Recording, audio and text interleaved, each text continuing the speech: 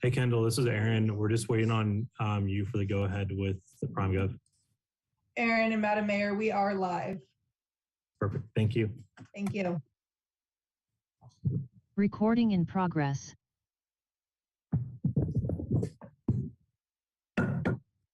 Good evening and welcome to the regular meeting of the Petaluma City Council and the Petaluma Community Development Successor Agency for Monday, October 10th. I will now invite Maria Galvez and Monica Aparicio to provide information for those who want to listen in Spanish.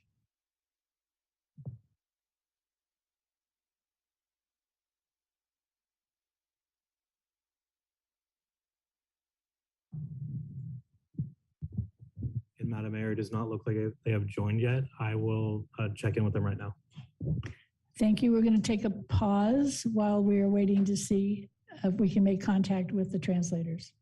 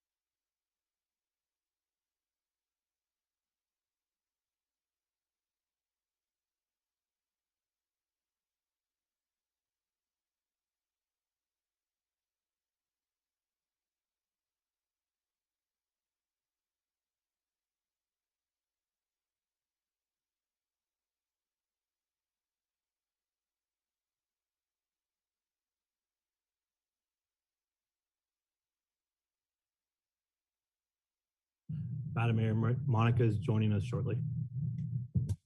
Is joining us now? Okay. Once she's on, she can go ahead and make the introduction.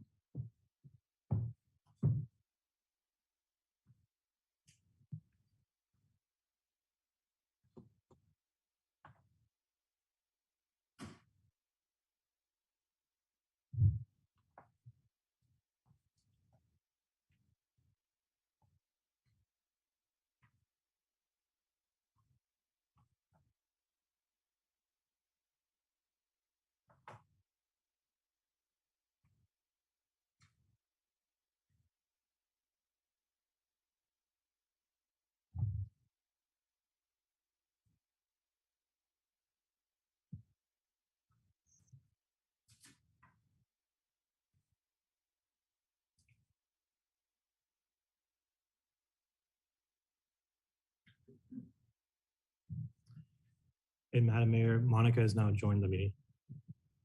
I'm sorry, I couldn't hear you. Monica has now joined the meeting. Okay. There's no one.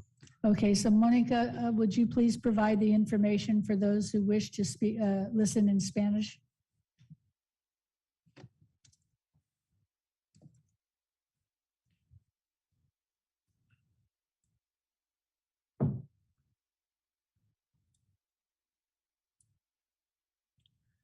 Hey, Monica, can you please translate from Spanish or into Spanish on how to join the interpretation? Yes, I'm sorry about that. I was having some issues with my technology, but I'm ready. Please begin. Buenas tardes a todos. Me llamo Mónica Aparicio. Estoy aquí con mi colega María Galvez. Vamos a ser las intérpretes esta tarde.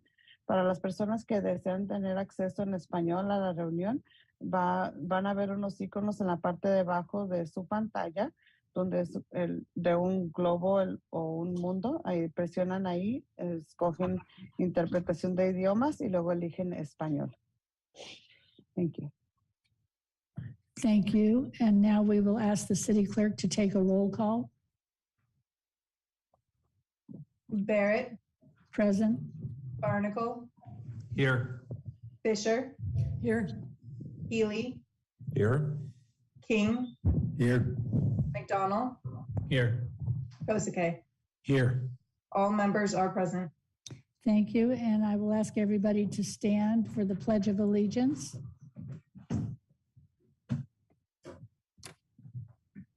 Ready, begin. I pledge allegiance to the flag of the United States of America and to the republic for which it stands, one nation, under God, indivisible, with liberty and justice for all. Now we will have a moment of silence.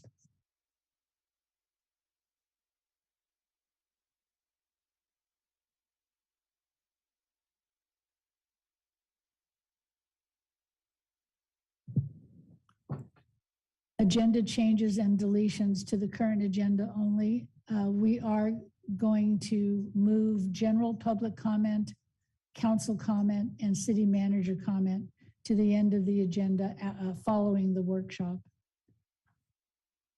And we will begin this meeting. We were going to begin this meeting with a proclamation, but I'm also going to change that since the people who are here supposed to come to receive it have not arrived yet. And I thought maybe we could go to the consent calendar first. So the consent calendar, item 2 on the agenda is resolution making required findings and authorizing the city manager to implement teleconferenced public meetings for the city council and all city subordinate bodies pursuant to Assembly Bill 361. Is there any question or comment on this item? Okay, and not seeing any from the council. I'm going to ask the clerk if she has received any public comment on this item. Madam Mayor, no comments were received prior to the meeting. Thank you. I don't have any people who want to speak to this item. I don't have any cards from people in the council chambers. I will ask the moderator to see if there's anybody in the Zoom audience who would like to speak to the consent calendar. Thank you, Madam Mayor. At this point, if there's anyone joining us virtually that would like to speak on the consent calendar, please raise your virtual hand. Press *9. And Madam Mayor, we do not have any hands raised. Thank you. We'll close public comment on this item, and I will ask Councilmember McDonald to. I'd like to make that motion to move the calendar. Thank you. Vice Mayor? Yes. Second. Second. Thank you very much. So motion by McDonald, second by Posake, and we will have a roll call vote. Barrett, Yes. Barnacle, Yes. Fisher, Yes. Healy, Yes. King, Yes. McDonald, Yes. Posake. Yes. All a unanimous vote in favor. Thank you very much. And at this point, we still do not have anyone to receive the proclamation, but I am going to go ahead and read the proclamation so that we can get on to the workshop and the business at hand. So with that, I am going to read the City of Petaluma proclamation to celebrate El Dia de los Muertos Petaluma, October 1st to November 2nd, 2022. Whereas El Dia de los Muertos is a memorial celebration from Latin and South America when loved ones who have died are welcomed back as honored guests between October 31st and November 2nd. And whereas El Dia de los Muertos Petaluma is a cross-cultural organization that has planned a citywide celebration of El Dia de los Muertos Petaluma since 2000, and whereas the celebration of El Dia de los Muertos builds bridges between communities in Petaluma and provides opportunities to remember loved ones who have died, and whereas by honoring those who have gone before us and the arts and culture of Latin and South America, we honor our shared humanity. And whereas residents of all ages and all cultural and ethnic groups are finding Petaluma's celebration of El Dia de los Muertos to be comforting and engaging, and whereas through the celebration of El Dia de los Muertos Petaluma, the community is united in providing cultural offerings citywide. Now, therefore, be it resolved that I, Teresa Barrett, Mayor of Petaluma, along with the members of the Petaluma City Council, do hereby proclaim October 1st to November 2nd, 2022, as El Dia de los Muertos Petaluma 2022, in recognition of the cultural contributions of Latin and South America the human need to honor loved ones who have died, and the importance of building community to improve the quality of life for all residents in Petaluma. And here to accept the proclamation is Abraham Solar. Thank you. Thank you, Mayor. Thank you. Do you want to speak? Oh, just want to say thank you, and we'll continue to to be a bridge of with the community and expressing the legacy of our loved ones, because the Dia de los Muertos it's about life. It's not about death. I mean, that is the symbol, but we celebrate the life of the people who have left so much love in us and their legacy. So we thank you very much, and we'll continue. We have done it for 22 years, and we'll continue to do it. Thank you. Thank you. Thanks. And now we're on to item number 3, which is our workshop and the Crosstown Connector Workshop, exploring Petaluma's options for enhancing community mobility, safety, and connectedness. And I believe that our city manager, Peggy Flynn, will kick this off. Thank you, Mayor. Good evening, council, staff, and our Petaluma community. For tonight's workshop, as we committed to in our goals and priorities session with council in May and June of this year, staff will be presenting options for improving how we move throughout our city. Tonight's presentation discussion transcends Rainier and Caulfield, and rather it opens up the conversation to look at all possibilities for interconnectedness of our community. The information you will hear tonight is a follow-up to our 2019 workshop with some updated information, and it represents the best data available at this moment in time and based upon not prioritizing any one connector option pending council's direction this evening. We look forward to tonight's discourse and to receiving council direction on prioritization at the conclusion of the workshop. And with that, I'm going to introduce our Public Works and Utilities Director, Christopher Bolt, to kick us off. Thank you very much, Manager Flynn. Can you hear me okay? No? Not really. You might want to speak more directly into your microphone. Okay. Is that better? Great. I'd like to begin with some introductions to our team. We have several people with us. Heather?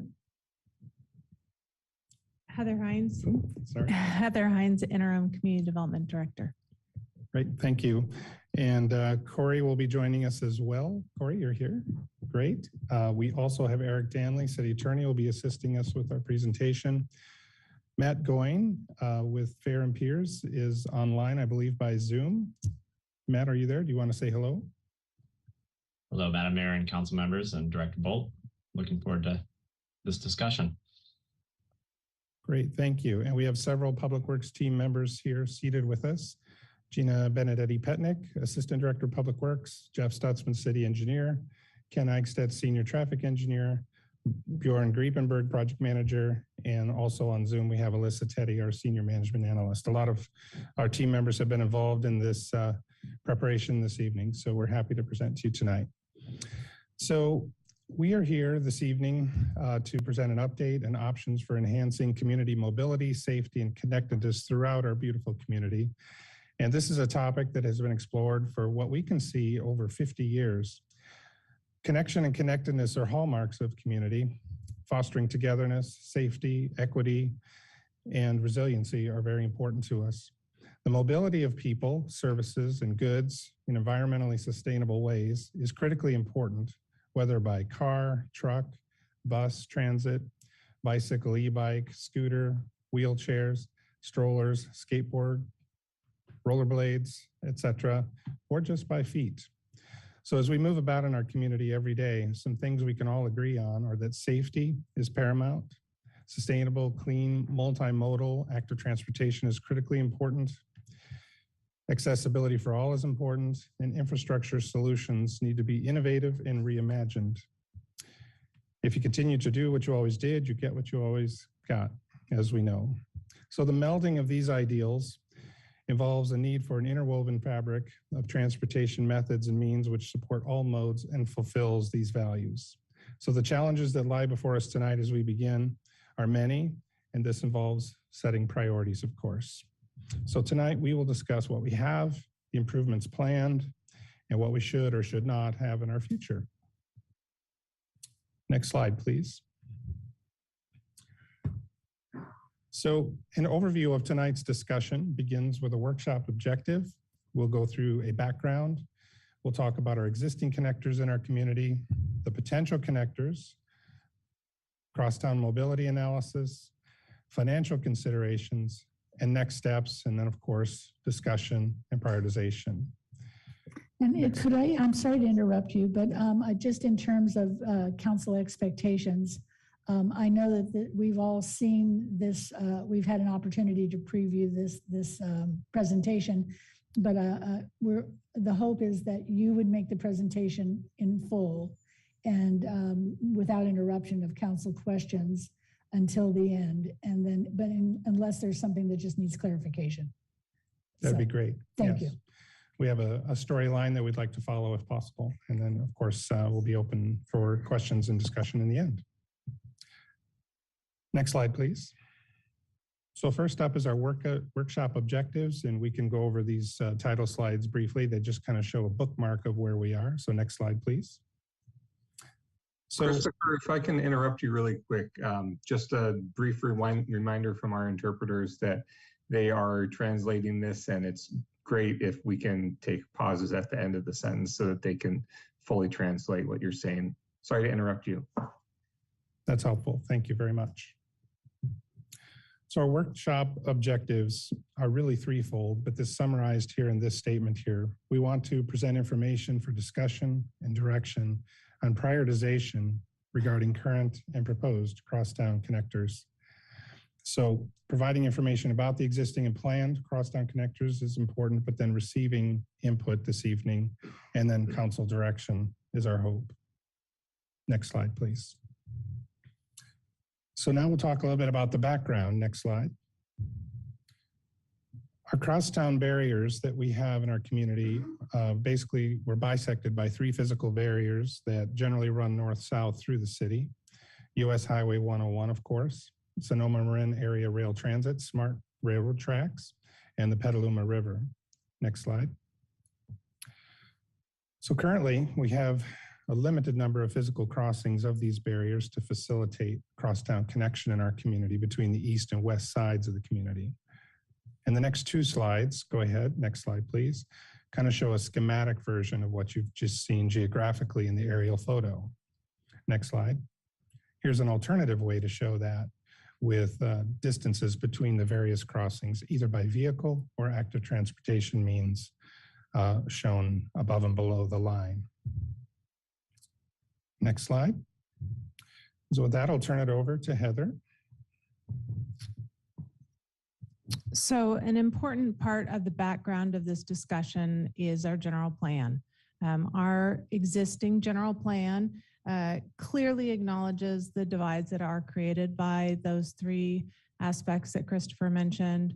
The tracks, although they weren't necessarily called the smart tracks in the general plan at the time, because it was pre-smart, but the river and Highway 101. The existing general plan also calls for a focus on new linkages to integrate and connect the east and west sides of town. This is brought up in the key issues, guiding principles, and mobility priorities in the general plan. And within almost all of those references, there's also a focus on increasing mobility for all modes of transportation, touching again on pedestrians, bikes, rail, transit, and motor vehicles. So this slide shows that guiding principle, but really wanted to emphasize that this call to integrate the two sides of town is woven in many parts of the general plan. Next slide, please.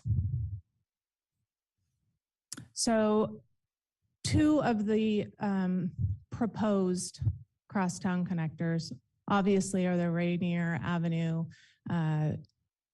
interchange and crosstown connector, as well as the Caulfield Lane, which we call the Southern Crossing. This is in addition to other significant infrastructure, what we call facilities in the general plan, some of which have been completed, others have not, such as Old Redwood Highway interchange, the Washington Street Highway 101 interchange, different intersections. So there's a list in the general plan of some of the major infrastructure improvements called for in the general plan. And these two proposed crosstown connectors being two of the more significant ones in terms of costs and part of the fee structure that the city adopted, which Corey will touch on in a bit. Thank you, Heather. So more in the background here, this graphic shows the two possible planned connectors in the community that were, one of which was explored in the EIR that was adopted many years ago, the Rainier extension, and then also still under exploration is the Caulfield Lane Bridge, which we're also calling the Southern Crossing. Next slide, please. We always look to our goals and priorities to help evaluate and provide the lens through which we look through our decisions and projects. And so there are two main areas: a safe community that thrives, work plan item number 93, which is to create and promote multicultural, multi-generational recreation and wellness programs that support community connection, physical well-being, and opportunities for play. And part of that is, of course, crosstown connectivity and just general connectivity throughout the community. The second focus area is a city that works for everyone. And here we have 5 different work plan items that apply to tonight's discussion. Next slide. And here I'll turn it over to Corey for discussion on the traffic impact fee program. Thank you, Christopher. The city's traffic impact fee program was last reviewed and updated in 2016. We do try and update our fees every 5 years. The traffic impact fee program is designed to achieve the city's goals of maintaining existing traffic service levels and to assist in mitigating traffic impacts of new development through the construction of a variety of capital projects. The Nexus study stipulates how the funds can be used and at which level each project is allocated funding. So a very high level overview of the program. Funds must be program based on the Nexus study, project allocation. Fees cannot be used on other projects or programs.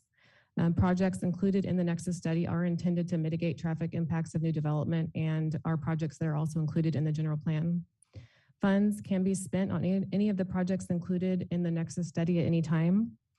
And lastly, and of importance, is some projects can be fully funded by fees, while others are only allocated partial funding and require other matching sources to complete the project. Next slide, please. So this slide is a bit more detail related to what I just mentioned on the previous slide and shows the list of projects included in the fee program and their funding allocation. This table is taken directly out of the impact fee study and shows the estimated cost of each project, the level at which it can be funded by traffic impact fees, and the potential fee contribution for each project based on full build out and full collection of fees. So as you can see, some of the projects can be fully funded, which are shown here with 100%, while others are only partially funded. So while this table does show the potential fee contribution expected over the duration of the fee study, estimated at $173 million, to date, our fee collections have been much less than what was originally projected, and we currently have approximately $2 million in traffic impact fees available for the projects shown. So for those projects with only partial funding coming from fees or other projects with costs in excess of what we have available, both will require other funding sources for the projects to be constructed. And there's a bit more information later in the presentation, but for now, I'll pass it back over to Christopher. Thank you. Thank you, Corey. So here we'll talk about the existing connectors that we have in our community. Our approach was to be holistic in our view and to make sure we talk about the interwoven fabric throughout the community, primarily because, and we'll talk more about this later, the role of vehicle miles traveled, VMT, and how active transportation, if people are going to use it, relies on that. So let's talk a little bit about our existing connectors. This table here is a summary, a synopsis showing all of the various existing connectors. Their existing access is shown in the third column. And just want to point out that not all of them are in a CIP project right now in the approved budget. One of them, Caulfield Lane, you see will be added in the future if the funding comes through a current grant application that has been submitted. So this slide is basically intended to show an at a glance, and now we'll kind of roll through some information about each of these connectors. We felt it was important to also show a map of all of the existing connectors. And of course, the two potential planned connectors, Rainier and Caulfield, are both shown in orange, numbers 4 and 10 on this map. And there are other connectors across the river and across the tracks that we did not study as part of this work, but could be studied further in the future. Next slide, please. So Old Redwood Highway was recently reconstructed, and prior to its reconstruction, it looked a lot like the existing Corona Road overpass with no sidewalks or bike lanes. Reconstruction was paid for with city funds, Measure M, Sonoma County Transportation Sales Tax funds, and a state grant. Several of the existing crossings, including this one, were identified in the Sonoma County Vision Zero high injury network, which means that collisions occur here more frequently and with greater severity than most Sonoma County roads. Next slide. Fairly new, but staff has identified a few bike lane and crosswalk enhancements that would not require changes to the existing structure, the existing bridge structure, mostly striping as part of our maintenance work. We're always looking for ways to improve safety. Over the years, Corona Road has been suggested as a possible alternative to the Rainier Crossing and as a freeway interchange. This was dismissed as infeasible in the Rainier EIR due to a lack of right-of-way. The bridge does not have sidewalks or bike lanes currently, and you can see what looks like a sidewalk on the bridge structure, but it actually does not meet accessibility standards or connect to North McDowell Boulevard or Petaluma Boulevard North. Likewise, the striped shoulders are well below the 5-foot minimum width for bike lanes. Bridge widening was outside the scope of the Marin Sonoma Narrows project, and Caltrans does not have any planned maintenance activities that would improve or alter the structure in their 4-year state highway operation and protection program budget. Next slide. So the city has some Measure M funds to conduct a feasibility study and develop a conceptual plan for bicycle and pedestrian access, which promises to be a major undertaking. Next slide.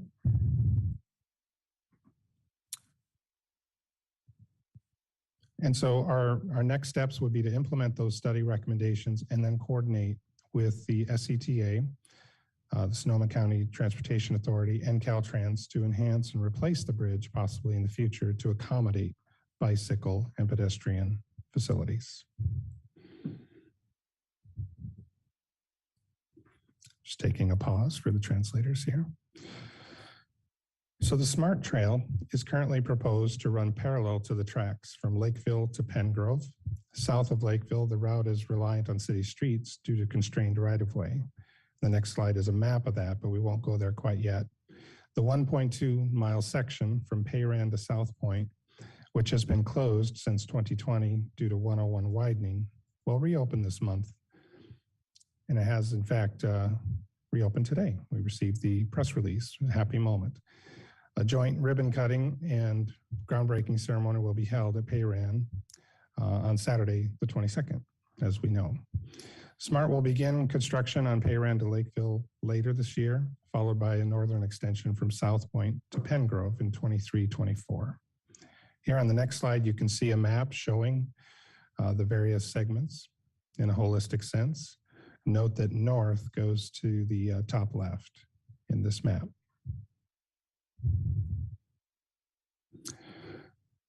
The city will soon, next slide, yes, that one. The city will soon be installing the first phase of our bicycle and pedestrian wayfinding signage, which will help direct people between Petaluma Boulevard South and the SMART and Lynch Creek trails.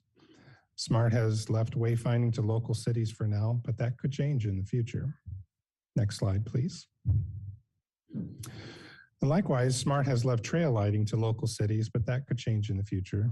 The only example to our knowledge is a section of pathway in San Rafael where the city installed and is responsible for maintaining trail lighting. Next slide. The Lynch Creek Trail is a very important active transportation crosstown connector and a priority for our staff. Many projects and grants are in process to complete this, and the next slide, when we get there, will show the various segments.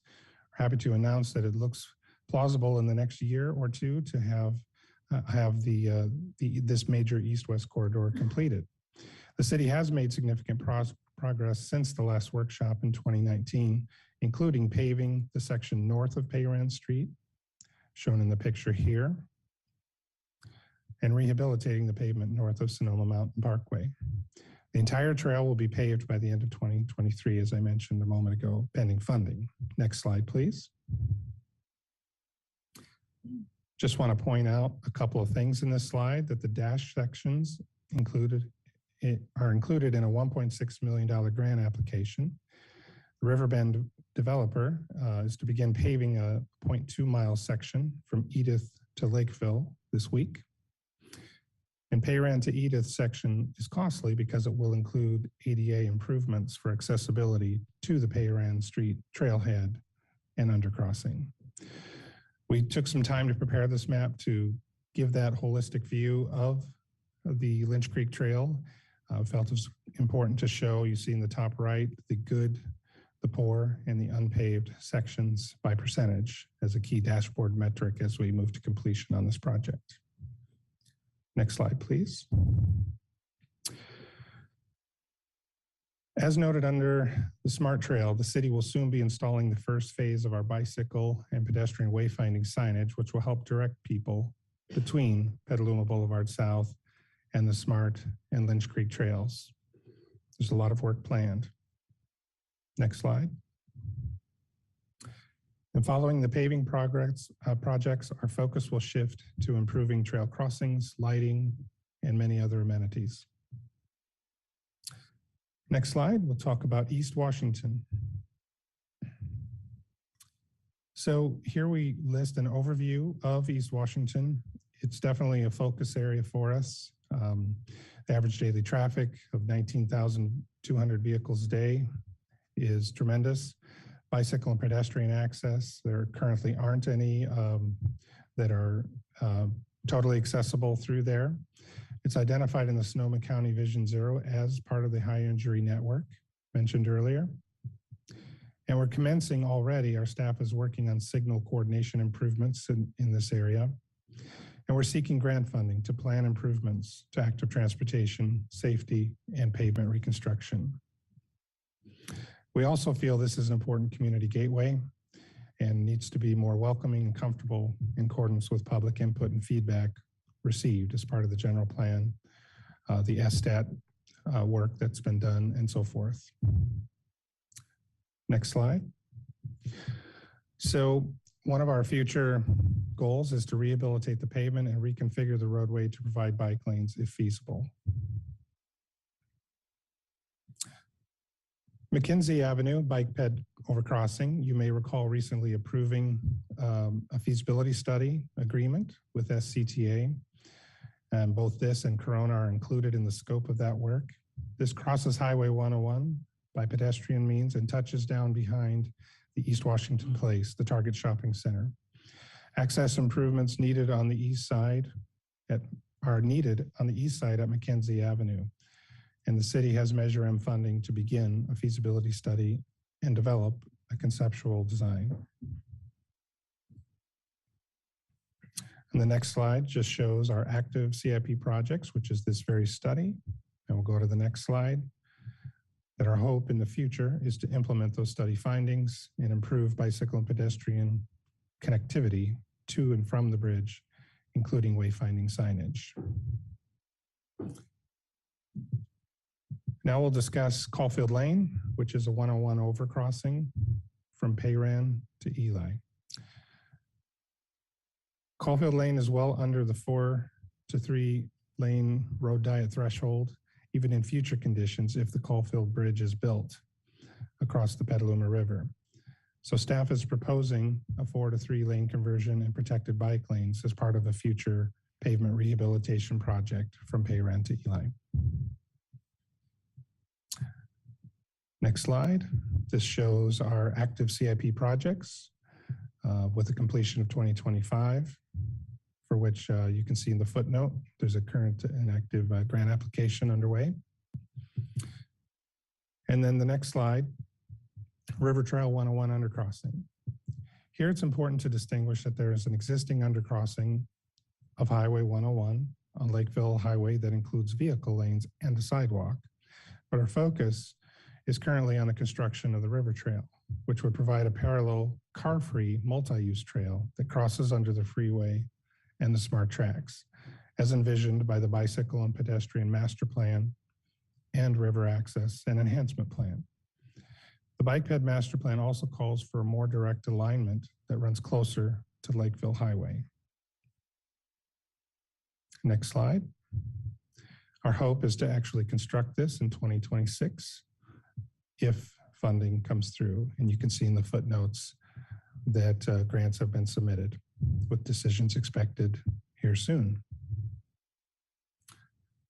So next slide, we'll talk about our potential connectors. First of all is Rainier Avenue Extension. So this is a long-term vision, and here's a photo of a recent photo showing the terminus. We'll go to the next slide, please. As approved, and the design that was analyzed in the environmental impact report was a 4-lane option among 3 options, a no build, the 4-lane, and then also a 2-lane option. 4 lanes includes bicycle, pedestrian, and ADA access. It crosses under Highway 101 and over the smart tracks and the Petaluma River. The Highway 101 interchange ramps are not included in the cost estimates and design proposal discussed herein. There's habitat protection and floodplain impacts and mitigation measures to be considered as well. Next slide. This is an image that is part of that was analyzed in the environmental impact report. And you can see we've taken the legend to zoom in and kind of show what the various colors mean with this proposed design. You can see the underpass at 101, and then the purple lavender section is up and over the river and tracks. Next slide. Accomplishing this underpass was essential, as it's our sole window for any kind of opportunities for crossing 101 in this location, active transportation, vehicular or otherwise. So it really is something to be celebrated, and it's wonderful to have. Here you see 3 years ago, we had the design and the construction was slated for completion this year, which is now complete. So the photo here is recently taken to show that completion. Next slide. So with this, with the Rainier Avenue extension, there are some key considerations to be mindful of: potential access to landlocked parcels, open space considerations, floodplain, cultural resources, housing and equity, new underpass connectivity, including the possibility, as mentioned a moment ago, of an active transportation multi-use path option, and then just generally climate change and resiliency and how it relates to this project. Here's an update on the costs for the project. We estimate that the total has climbed to about $102.3 million. The city has already invested $10 million to date. A big chunk of that, about $7 million, was for that underpass. So $92.3 million remains. The optional estimate of a 2-lane would be approximately $64 million. So updates and next steps, if deemed a priority: the project is currently at a 30% design. Right-of-way acquisition would be necessary throughout much of the project. Environmental and final design needs to be completed. And we think that the most feasible timeline for construction, the soonest feasible, would be approximately 2027 to 2028. And you can see here a summary of the various costs, all of which are estimated for future construction costs to the best of our ability. Next slide. So here we'll talk about the Caulfield Bridge, or the southern crossing, shown here as a new bridge across the Petaluma River. The next slide shows the general traffic flow. The yellow box is the new bridge, and you can see its connectivity through the red lines between Petaluma Boulevard South over to the north through the new Riverview development. Next slide. This is a snapshot from the 2019 workshop showing the original proposal for a single bascule bridge with a much shorter span, but additional design and analysis has occurred. Next slide, please. So a key update that we want to share with you is that this is now needing to be a two-leaf bascule bridge. The floodplain analysis was completed and showed that this additional span in the two-leaf bascule bridge would not impact the water surface profile. The 10% design is completed for the project, and we do have a preliminary Coast Guard approval for this, this span and this structure. Right-of-way has been dedicated, so that does streamline right-of-way acquisition. Next slide, please. This slide is updated. As of today, we did some additional verification with our consulting engineers, asked some deep questions about the cost of these two options. The base alternative included an on-the-road bike lane, a Class 2 bike lane, with a cantilevered pedestrian walkway on the left. The preferred alternative, shown on the right, involves a Class 1 fully separated sidewalk and bike facility. The traveled way of the bridge of the preferred alternative is 13 feet, 11-foot travel lane, plus a 2-foot shoulder on both sides. And we have talked to our fire chief and police chief to verify that they would be supportive of this configuration, and the answer was yes. Next slide, slide 53. Here's an update of the various costs and next steps if deemed a priority. You can see that the single bascule bridge was estimated at $29.8 million. The current estimate for the base alternative we just discussed is now updated to $48.5 million.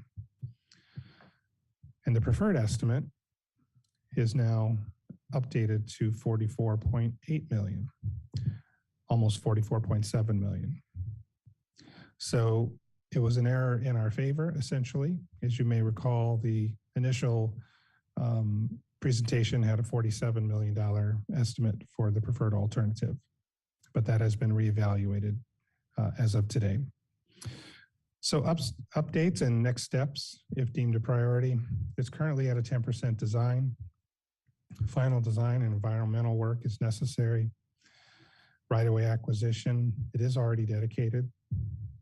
And construction is possible in 2025 or 2026. We believe it would be completed in 2026 if construction was commenced in 2025. Next slide. And finally, we wanted to show you a comparison of these two projects side by side to give you a sense of the various factors and how that relates to prioritization of these projects, both in terms of cost, design status, right-of-way acquisition, and construction timeline. Next slide. Next up, we have a very helpful discussion. We did some deep thinking and worked with our consultants. And this is where I'll turn it over to Matt. Thank you. Great. Thank you, Director Bolt, for that great presentation. So I'll be shifting to a mobility analysis and a range of metrics that we evaluated in support of staff. So next slide. So we aimed to cast a wide holistic net for this purpose. There's been a lot of analysis that's been done in the past, especially focused on the experience of drivers and the delay that they experience according to a level of service metric. And so we wanted to cast a look for a more holistic way to evaluate this. And so we'll be covering climate as it relates to vehicle miles traveled. We'll be looking at the traffic volumes and changes and delay to people driving that they do experience in past studies that have been done. We'll be looking at accessibility for people walking and biking to provide a more multimodal evaluation. And then I'll be recapping some conversations that we had with transit and emergency services providers who are hopefully here in the crowd and can provide more details if more questions come up on those topics. Next slide. So first, for climate, we focus on vehicle miles traveled, which, as the state dictates, is the evaluation metric for environmental impacts of any changes to your transportation network. Many of you or all of you are very familiar with vehicle miles traveled. The city has many policies relating to vehicle miles traveled right now. But just briefly, 1 car traveling 1 mile is 1 VMT, 4 cars traveling 10 miles is 40 VMT. So this is a measure of the total use by vehicles of your roadway network. The policies that relate to VMT include the Climate Emergency Framework, which states that, which acknowledges that automobiles make up a large proportion of the greenhouse gas emissions and that reducing VMT will be a critical role for reducing transportation emissions.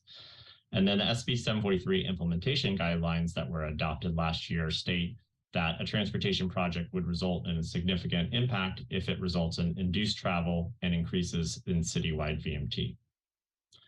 Next slide.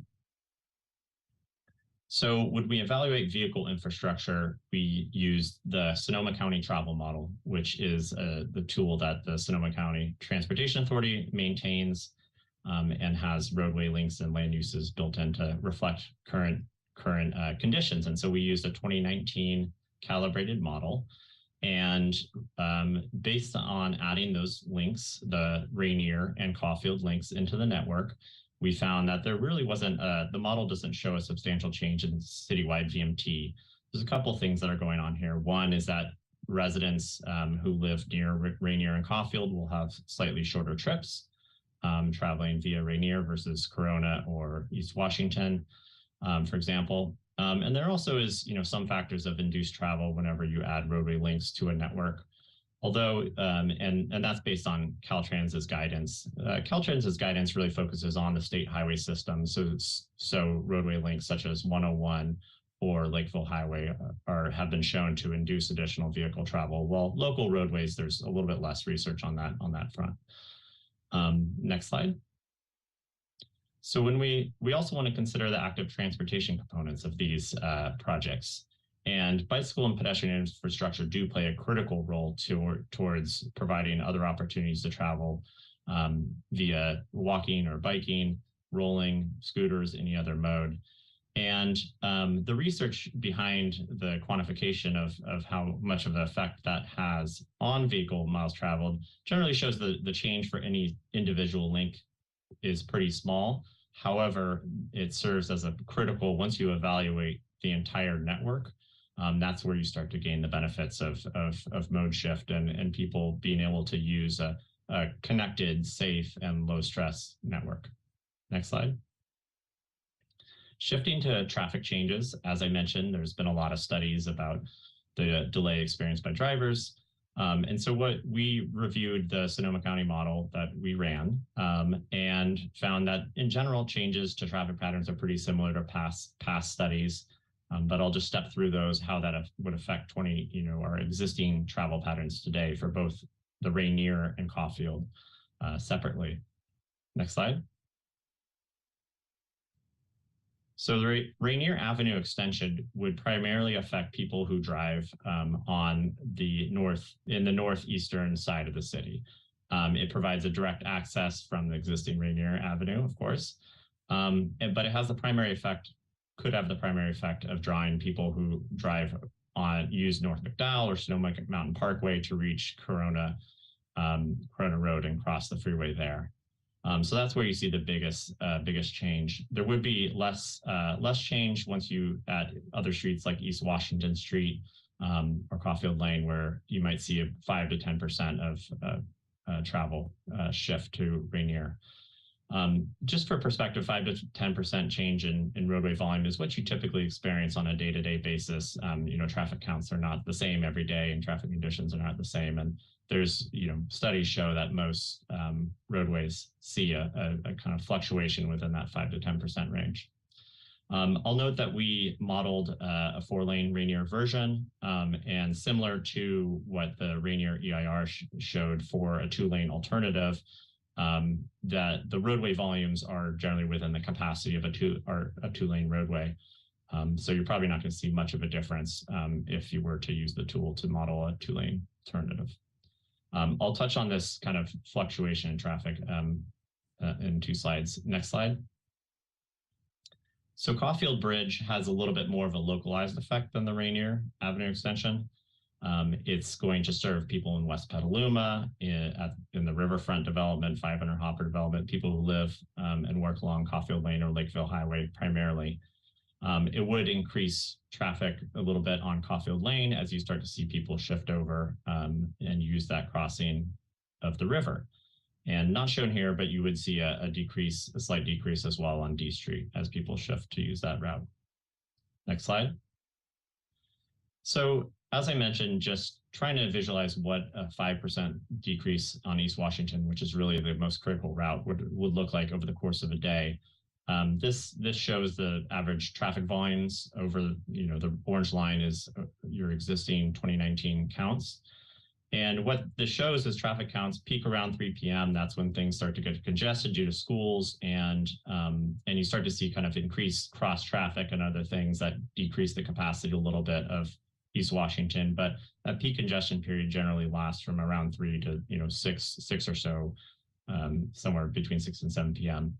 So you're going to see a little bit more of conditions. That peak might start a little bit later. The peak might end a little bit earlier. Conditions in the middle, and the worst case scenario might be a little bit less. Your 5:30 might feel like 5 o'clock, is what that generally would relate to.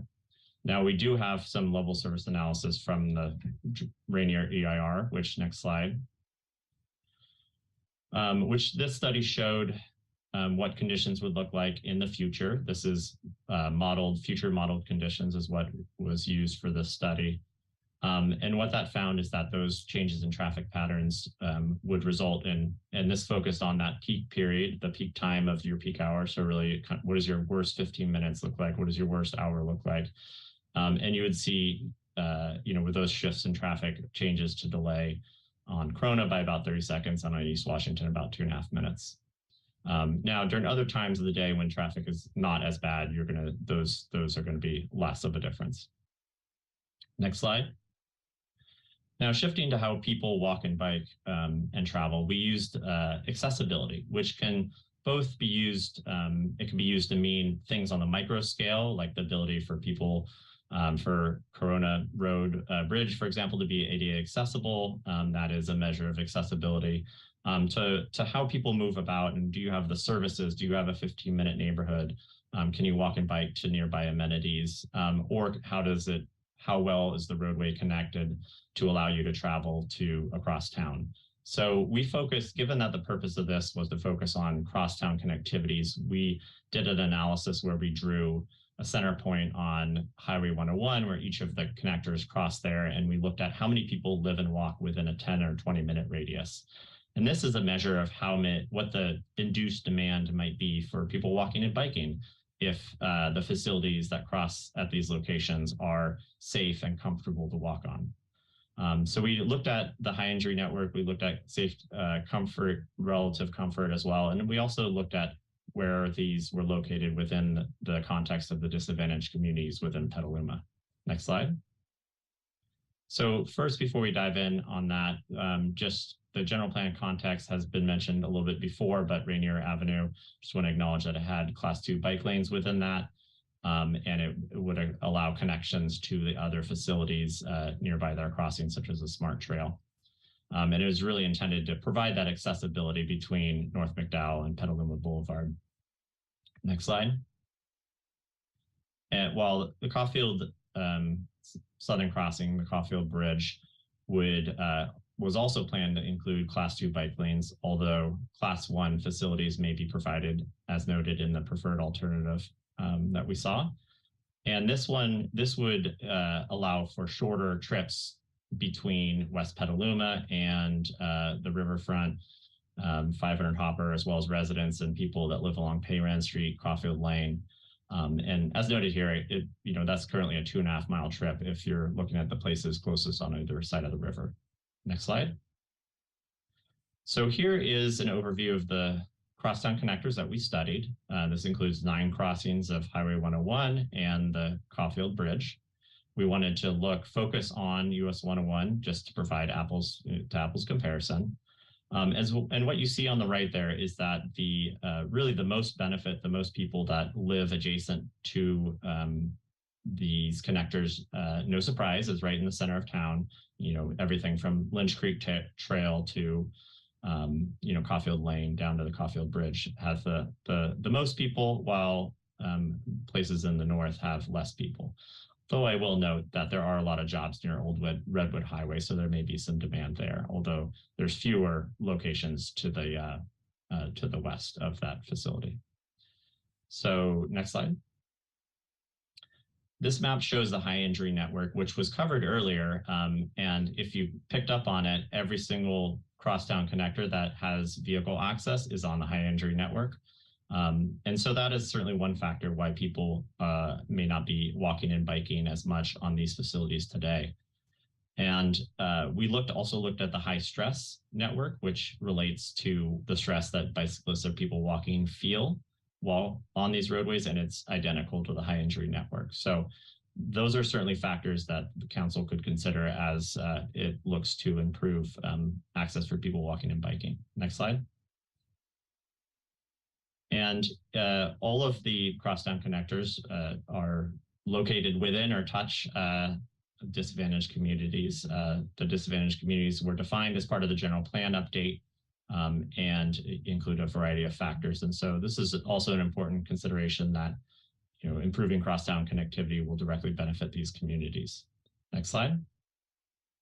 So I'm just going to move very quickly through these. These are meant to be, these are accessibility maps that show the distance that you can walk, and the larger the bubble, the larger the shaded area, the better connected those roadway networks are. So Old Redwood Highway is an example of a connector that doesn't have very good accessibility on either side of Highway 101. And so less people are allowed there. Now, if you could just flip through quickly here. So we'll look at, move forward.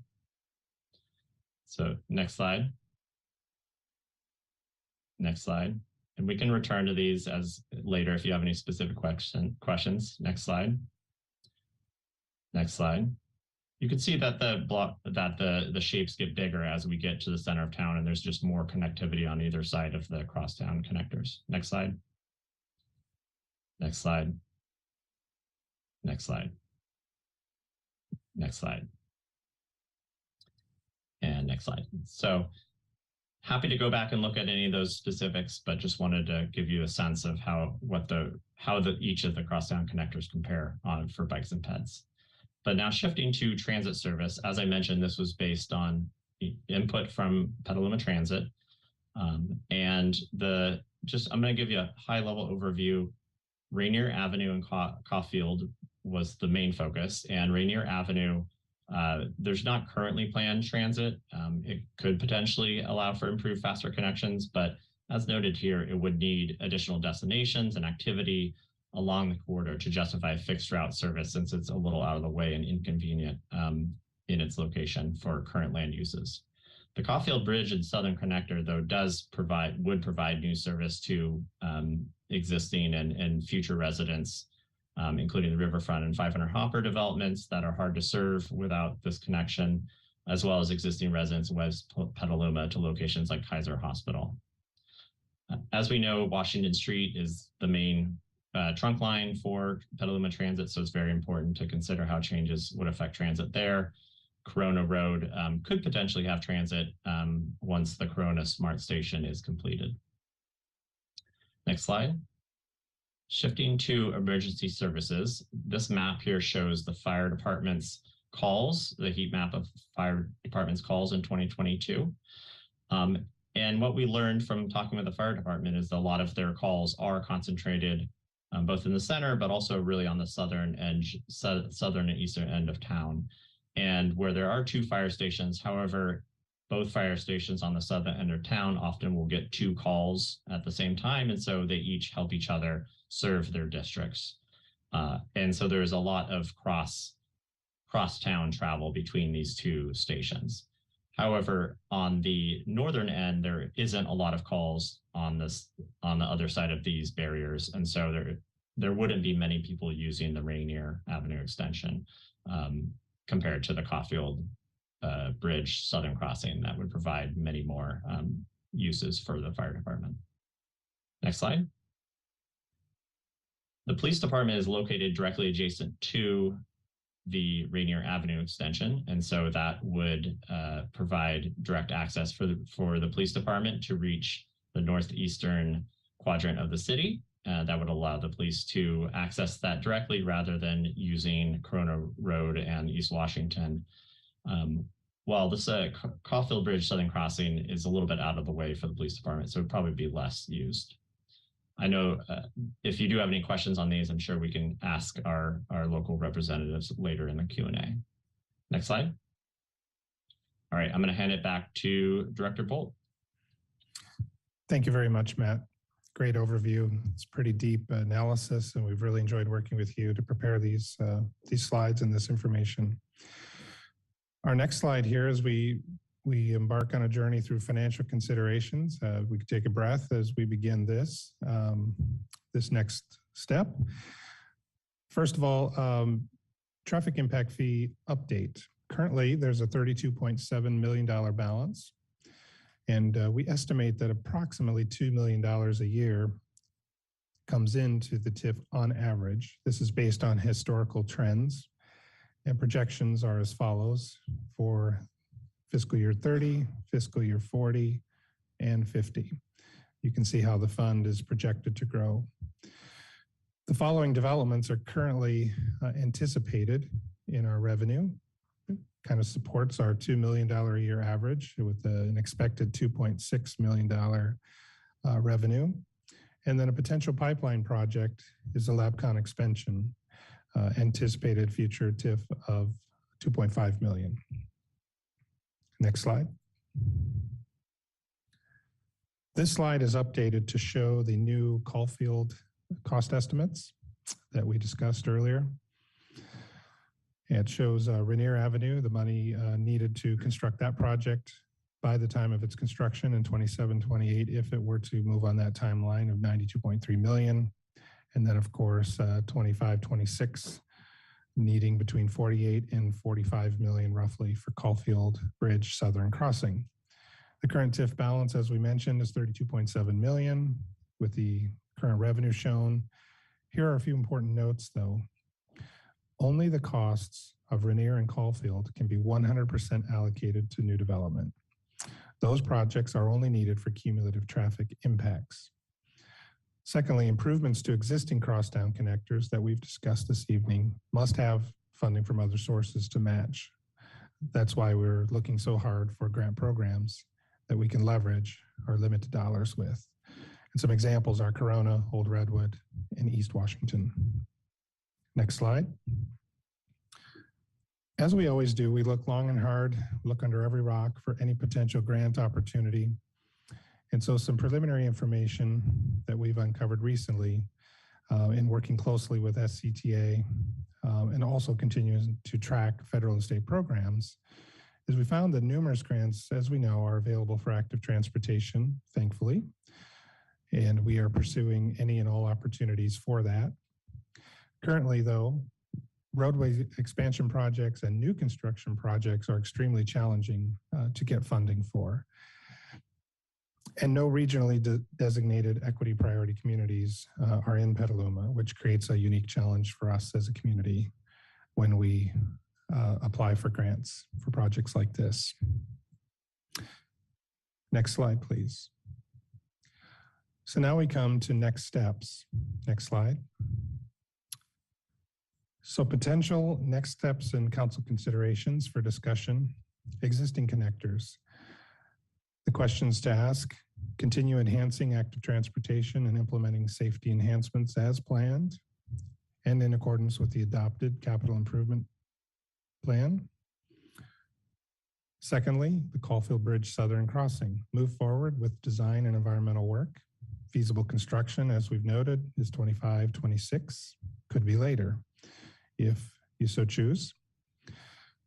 And the Rainier Avenue Connector. Move forward with existing design and property acquisition with a feasible construction, a soonest feasible construction of 27, 28.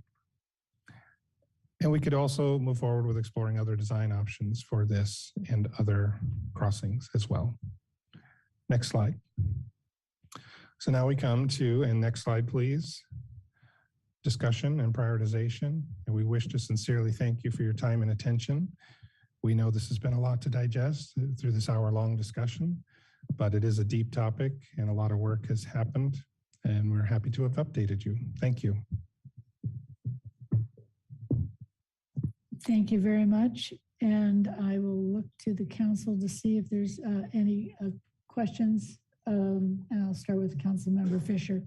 Thank you. The first question that pops into my head is how Rainier can potentially get built out by 2027 with the lack of funding for it.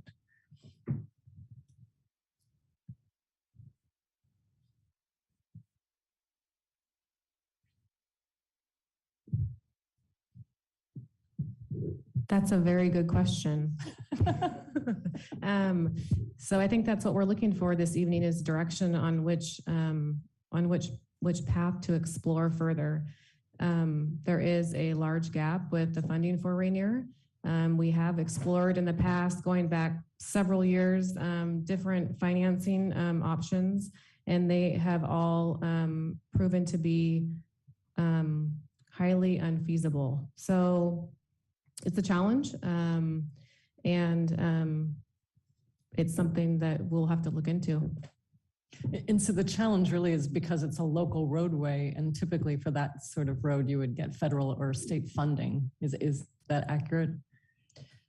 We could use our street revenues, which are largely from gas tax, but they are minimal. So we collect roughly $5 to $6 million a year on in our street fund, and roughly $2 million of that is available on capital projects.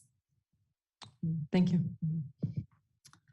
Okay, before I call on Councilmember Barnacle, I just want to tell the people who are here in the audience that if anybody wants to speak on this item, there are sign-up cards in the back, and please bring them over to our moderator over there, Aaron. So thank you. So Councilmember Barnacle. Yeah, initial question. I know the GPAC's been doing a lot of work on thinking about our future and the future of transportation and land use, housing, open space, things like that. Can someone give me an update on how the GPAC and what we've heard from the community around this? Sure. So we haven't directly gotten to discussion of crosstown connectors yet, or mobility improvements. We have been working on the visioning, obviously, and the housing element. And as we're starting to move into some topic areas in response to and to help augment the working groups that GPAC members have kind of divided themselves into. So I would say more discussion to come. It'll also be around the land use pattern alternatives we start to discuss. Where are those nodes? How do we get there? There has been a lot of discussion, and I think it is represented in the vision statement about all modes, active transportation, getting around not in single occupancy vehicles, enhancing transit, all of those kind of things. Also a lot of discussion it's related about floodplain preservation, biological resources, and open space. So obviously on some of these, there's a connection between some of the ways we achieve crosstown connection and those priorities as well. Thank you. On slide 62, I think Matt was the one who was speaking to that. He mentioned that there would be benefits on D Street from Caulfield, but it's not on the table. I was just wondering if there's any assessment of the benefits that we would see on D Street, like actual numbers or anything. Matt, I would like to have you address that if you could on slide 62 with D Street. Sure. Thanks, Councilmember Barnacle. The D Street, there was about a 10% change in traffic volumes. So, you know, in the range of how traffic changes, you're going to see, you know, a dip. There's about, say, 15 to 20,000 vehicles per day right now on D Street. So it's gonna be slightly lower than that. Whether that prior studies have not shown that substantially changes traffic operations in the area, because you're still, as I presented with East Washington, you find that traffic congestion hits at a certain point, and then you have, you know, demand throughout the afternoon. All right. The question about how we pay for Rainier, just to go back to that, what are some of the ideas that have been floated in the past that maybe are maybe still on the table or haven't been fully explored? I can speak to the possibility of bond funding for that project. But again, at that time when we did that analysis, we didn't have Measure U, and bonding wouldn't be a possibility at all without contributing discretionary funding towards the project. We now do have Measure U, but if we were to move forward with that option, we would have to make some very hard decisions on what to give up to fund a project of this magnitude.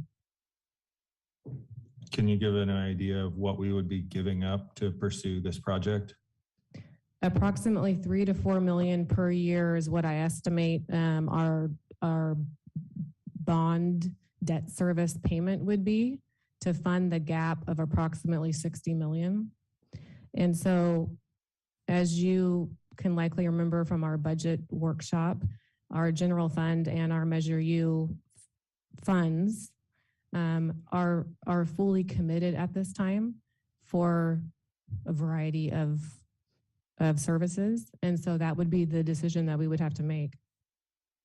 So that's roughly about 30% of the voter approved sales tax that we would have to develop or devote to this project to support it. Measure U funding is fluctuating. It's grown slightly larger than what we had originally estimated, but that's a good estimate. Great, thanks. I'll table there's a few other comments.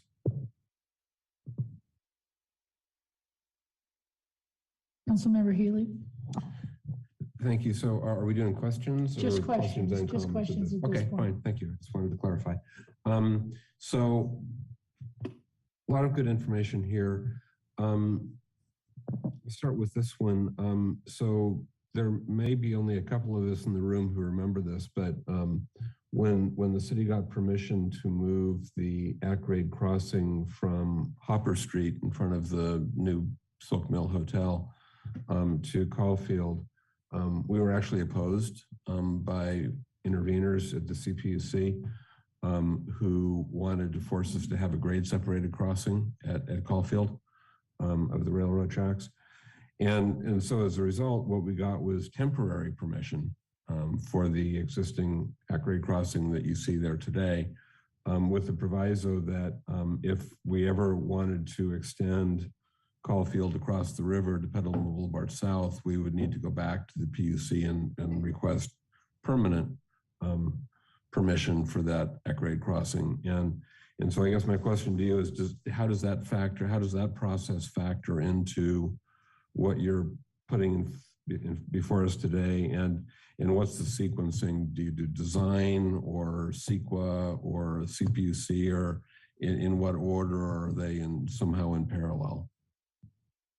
I'd like to invite Eric and or Jeff to comment on that. We have talked about that.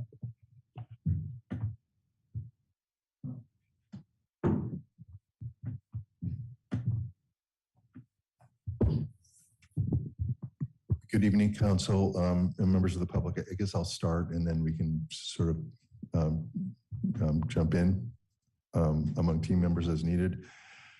That's right, Councilmember Healy. I've not thought about that in a long time, and we'd need to go back and look at the specificity of the PUC's ruling. What I also recall is that we committed in sort of a settlement with respect to the dispute was what I still believe is something that we would have had to do anyway, and that is do an EIR for Caulfield to address under CEQA the impacts. My initial thought, we haven't talked about it in some time, is that we'd need to look at our plan for addressing CEQA requirements, probably also NEPA requirements and CPUC requirements to see how we can do them, I think ideally in parallel. I mean, and it might be a little bit of multiplexing in a way, if that metaphor makes sense, but you know, I think we'd have to nail down a project description. We could get CEQA going. We could be, I think, engaging with the CPUC with respect to the crossings. I think I mean, this is just me thinking out loud, but given how well I think our quiet zone has worked from safety considerations and the improvements have functioned as intended, that I think that would work in our favor. But I think that will be a whole package that we'd have to sort of timeline and put tasks together for to really jump on that and move it forward. Okay, so as I recall it, the quiet zone issue really came up much later than that. It did, but the quiet zone has, I think, given us some important and positive evidence of the safety of the corridor, of how it's worked, of how the improvements have worked, et cetera, that I think would be relevant to the CPUC's considerations of a crossing. That's fair. And I do think the Coast Guard piece is more readily solvable. I don't see that as being a big hang up there. I guess one question I have, and this kind of veers into a comment, but it's a question too, is I think both of these projects are in need of much more serious value engineering. I was very pleased to see the analysis of the 2-lane Rainier versus a 4-lane Rainier that was in the EIR. At the same time, I guess one question I have is, does anyone know how wide the Lynch Creek Trail actually is? Is it 10 feet, 12 feet? At its narrowest sections. And the reason I ask, you don't need to answer that now, but why are we proposing a 10-foot bike ped facility on both sides of the Caulfield Bridge when a single Caulfield or a single Lynch Creek Trail seems to accommodate traffic going in both directions at a similar width? And that's the kind of, I think, outside the box value engineering that we really need to be looking at on both of these things. And then this kind of veers into a comment as well, but I'll not take it too far. What's interesting to me about the Caulfield crossing is that it really plays off of what I think has long been anticipated for Rainier, which is playing off of private development. So the riverfront development has basically built the roadways right up to where the road would launch, and I still have scars from that vote. There was I think it was a 4-3 vote, and yeah, so it was a real challenge. And now people wake up and go, oh gosh, the developer built a roadway all the way to where the bridge takes off. So Anyway, I think there needs to be more value engineering on both of these. So those are my questions, and I'll save the rest for later. Thank you. Thank you. Dennis, okay. Question I had has been answered for now. Your question's been answered. Okay. So Councilmember McDonald. And thank you. I got a lot has changed since the general plan put together these elements. Just for my curiosity, I know Smarts Trail wasn't open when the general plan was in place, but was Lynch Creek, when was the opening date for Lynch Creek Trail? Pre-general plan or post-general plan? Boy. I don't know if I'm looking around and feel like I'm the longest standing here, and I don't know the answer to that question. And I would say it was open, but in a very different incomplete form. and very, not as very accessible and Yeah. not as well used. And Okay. sections were not improved, but I yeah. think Right. the Yeah, I think of that question in terms of, how the context has changed of people beginning their mode shift and necessity for climate. But on the financial side of things, it looks like the funds don't cover both, may not cover one. Is there a problem only funding one project when both are listed? If we know we're going to not have any of these kind of funds for the second project, does that put us in any kind of bind or prior commitment? It's a problem long-term, but it's a very long-term program. Those interchange projects are only needed as traffic mitigations according to the traffic analysis based on which they were put forward in the build-out scenario for the city, and the calculations for the fees that we need to be collected for them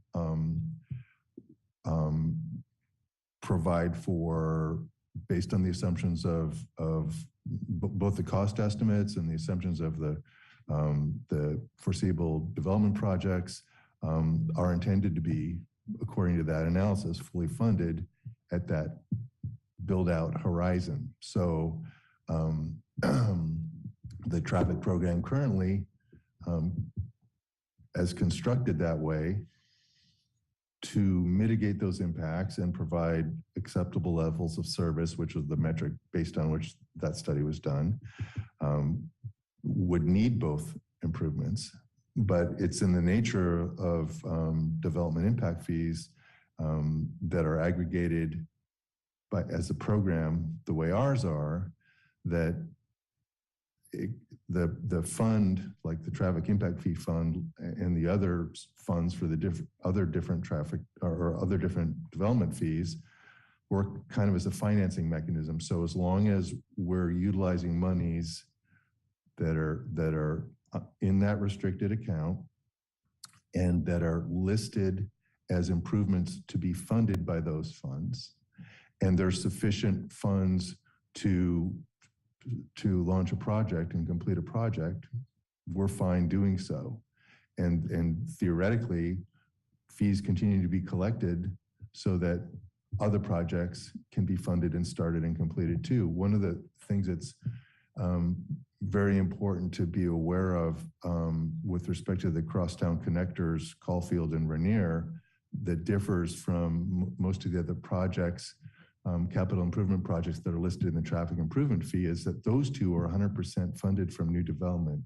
The other ones are subject to a split that reflects new development share for that improvement and existing development share.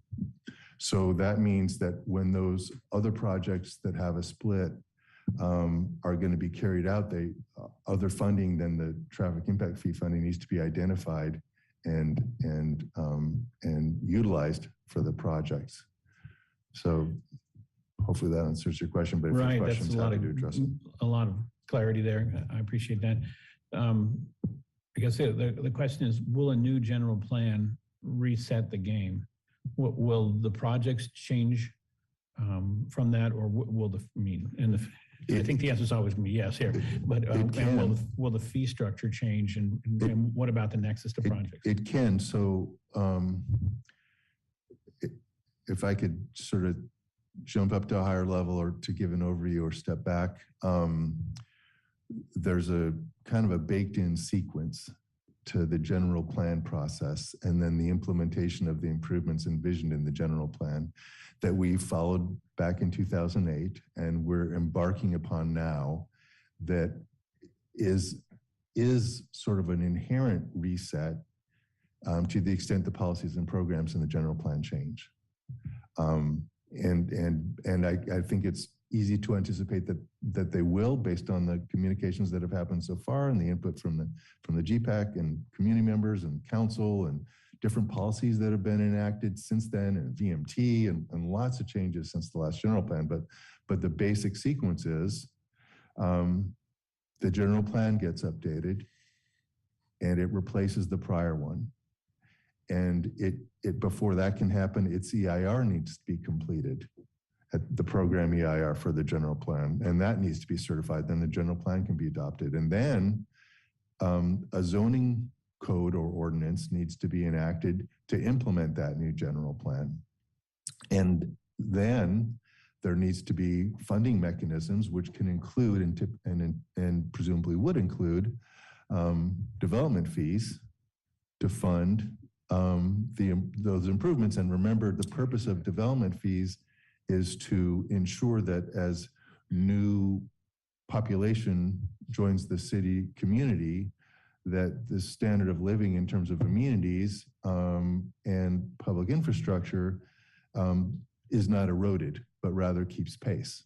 So, so those improvements that are envisioned for and necessary to implement the vision of the new general plan would presumably be subject to a whole new development fee structure. And that's how the package, works together. And that's the right way to do it, because then you've got CEQA documents for not only the general plan and the zoning ordinance, but also the fee program. We get a reset, is what we're saying. We had one in 2008, and we're getting ready for another one. And what's helpful and important about that structure I'm describing is it's a holistic one. And so it's important for the fees, it's important for the general plan vision, and it's important for things like cost management and value engineering of the various parts of the program, because it helps in avoiding gaps, it helps in looking for synergies, it helps in prioritization, of the policies and programs that the council ultimately, includes in the general plan. So that's the path that we're on right now. It's the right kind of path to be on, in my view, to implement the updated vision for the community that the council and the community has. And then there's a real sort of practical effect of all that, because it puts staff in a position to deliver projects and to do it in sequence with the council's priorities. Thank you. Okay, thanks. Let me shift. So the Caulfield projects got a tentative possible completion date 25-26. Do we see any outside money that could be deliverable in time to assist in that? I know we were talking about 100% local financing, but I'd be really happy to have somebody else's money in this game.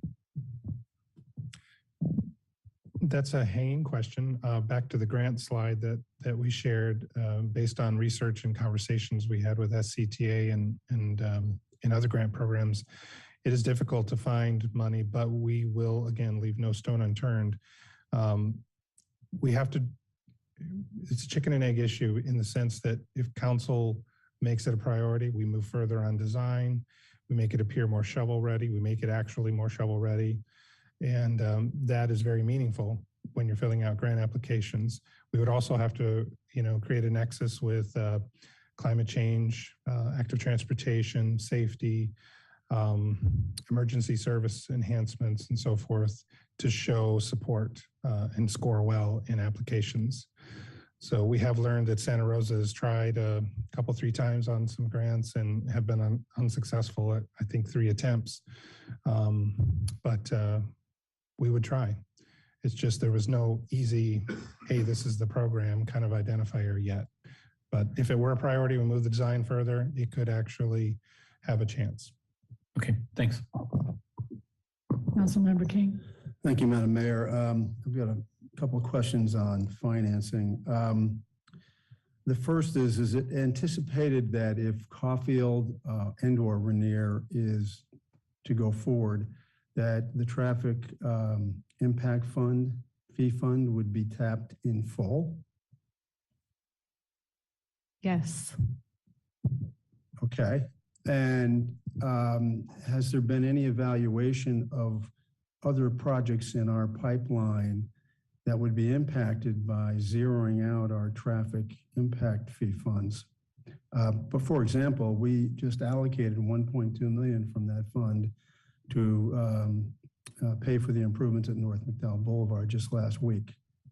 And I know that fund has been tapped for other projects. So has that been evaluated internally? I didn't see it in the report, or a list of projects that are going to be impacted by that. I'm not sure, Christopher, you have an answer to that, but I can say that the line item included in the traffic impact fee study that can be funded by that source that would most likely be most impacted would be the bike and ped portion, because that is one of the larger items that's funded by the traffic impact fee. But in regards to specific projects, I'm not sure if Christopher, you have more information. Yeah, and to be fair, putting you on the spot, it could be a number of projects coming forward as you go through our capital improvement programs. But I think before any council makes a decision on this, it should be aware that those projects will have to seek money elsewhere.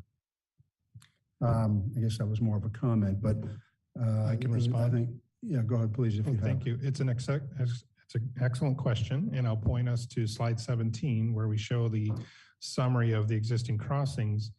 Our team assembled both the local funding requirement, totaling 2.125 million, and then the grant request amounts of 8.4 million. If we really want to get these projects done, we need a total of 10.52 million. So the TIF is largely responsible for providing that local match of 2 million. And then I think future Lynch Creek projects that would be applied for grant funding would also come from that. So yes, if we zero it out, TIF, I believe, I'd have to consult more with our team, but it would adversely affect our ability to match. Okay. Assuming that we don't want to do that, I would imagine that a substantial part of the TIF could be used for one or both of these projects and still be able to do the work elsewhere with the money. And there was a question asked about the Rainier Gap, which depending on whether you go to the 4-lane or the 2-lane option is pretty substantial. The same question as to the Caulfield Gap, which I believe, let's say hypothetically we use 32.7 million in the TIF fund, we would still be about $15 to $17 million shy, give or take. And these are all estimates, of course. So with that, we would have to seek outside funding for that as well. That's correct, or other internal city funding. So whether it comes from gas tax, so street funds, but again, that's minimal. So that's roughly is 2 million per year that's available for capital projects. The rest is used for our annual cost of just maintaining the streets. Would it be correct? Well, probably not 100% correct, but it would be largely correct to say we're on our own here on these two projects?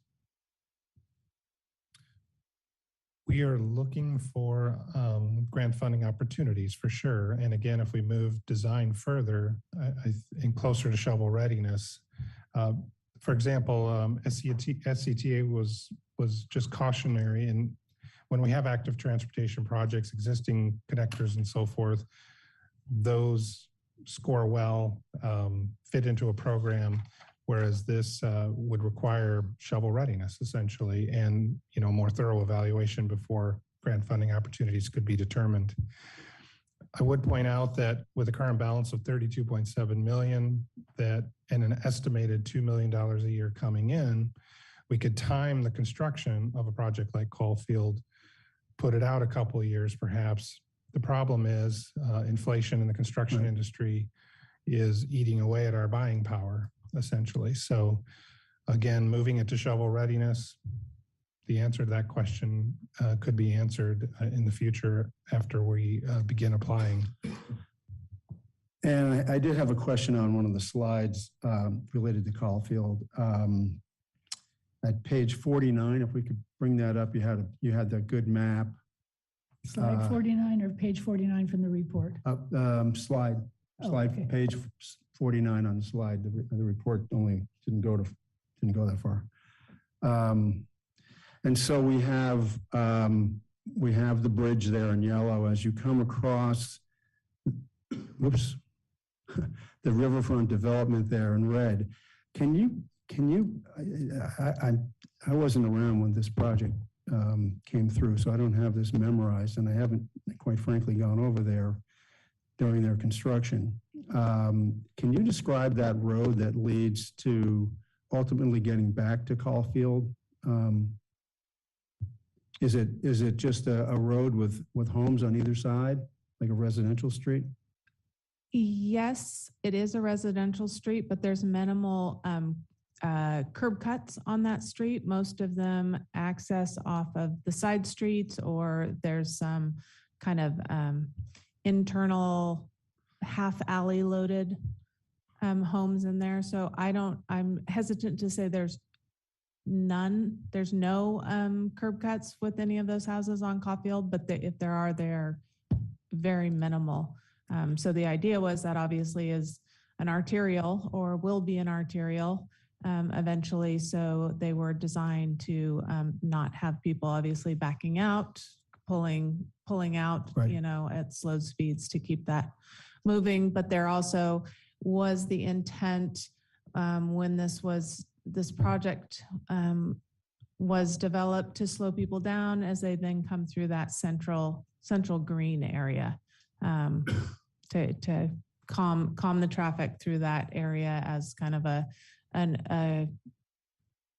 commercial node for that the residential areas as it develops. And that circle that's in the middle, that's where the soccer field is? The soccer field is just off to the left of that. Okay. The circle in the middle is a public plaza, and then there is non-residential ground floor uses that would go on around that, kind of wrap around it, with residential on the upper floors.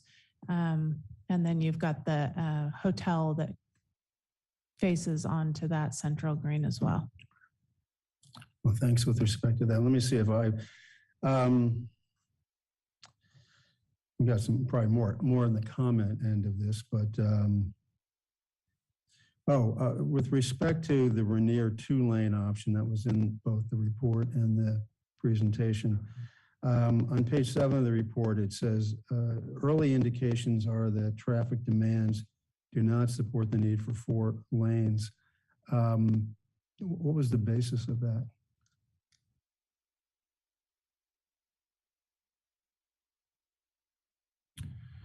I'd like to have Matt assist with an answer to that, but the analysis essentially, as he alluded to in the presentation, was that the modeling shows we would not need 4 lanes. Matt, could you help with that? Sure. Thanks, Councilmember King. So what the model showed is that the traffic volumes would be between 15 or around 17,000 vehicles per day. And so when you're looking at 2-lane versus 4-lane cross sections, a 4-lane cross section, the city's current general plan says that any roadways under 15,000 vehicles per day are good potential 4 to 3 or 4 to 2 lane conversions. So it's around there. It's around the kind of upper limit. Federal Highway Administration guidance says that 4 lanes typically, once you get to 20,000 vehicles per day, going to 2 lanes becomes a little bit more difficult. So it's around that threshold, but it's below it. Thank you. Yeah. Thank you very much. Okay, so I have a couple questions, and I think they're probably for our attorney, but several of the council members have focused in on the financial end of this, which has always been my issue with Rainier, that it's absolutely not achievable, because in the first 2 or 3 decades that we were promising it, we were never getting adequate funding for it. So when we finally changed our impact fees in order to increase the amount that we were getting so that it could be paid for, it seems like it's a little too late. And other things have changed in the time that we started our general plan in 2008. Most significantly in my eye is the getting the funding for the second smart station over near Corona. And I'm wondering what as we see things change in our town through development and through shifting, actually addressing the shifting conditions that we're living in, we see that the Rainier crosstown connector is not really financeable in-house, in Petaluma, and I don't think there is any external source for that. But now that we have this other shift of where people may be going because they want to be involved in transportation and circulation is to Corona, which has an existing crosstown connector, which is not really open to getting just a total 100% shift of the money for the crosstown connector that we've been collecting on Rainier. But how do we address that? Because if we do decide, as in our new general plan, that really that's the most cost effective and the most and makes the most sense in terms of where traffic will be going and where we are seeing circulation happen, can we shift that money or use it to make additional improvements there that address what we need, because that thing is in desperate need of being enhanced in every single way you can think of. So I don't know. There's a lot that you're asking, Madam Mayor, in terms of analysis as to what's feasible for Corona, and it's a Caltrans owned structure with city responsibility for the road service, and I don't think it was designed with a lot of multimodal consideration when it was done, et cetera, et cetera. So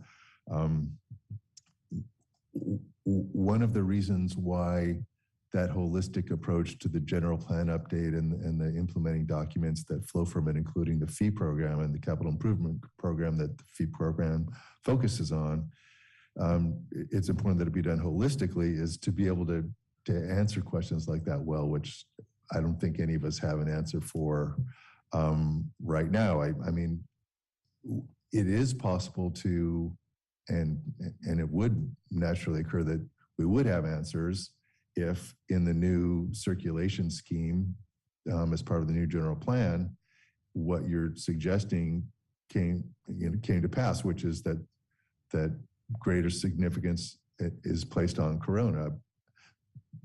Some challenges that would be involved with that would be that it's existing deficiencies. It's clear in the law that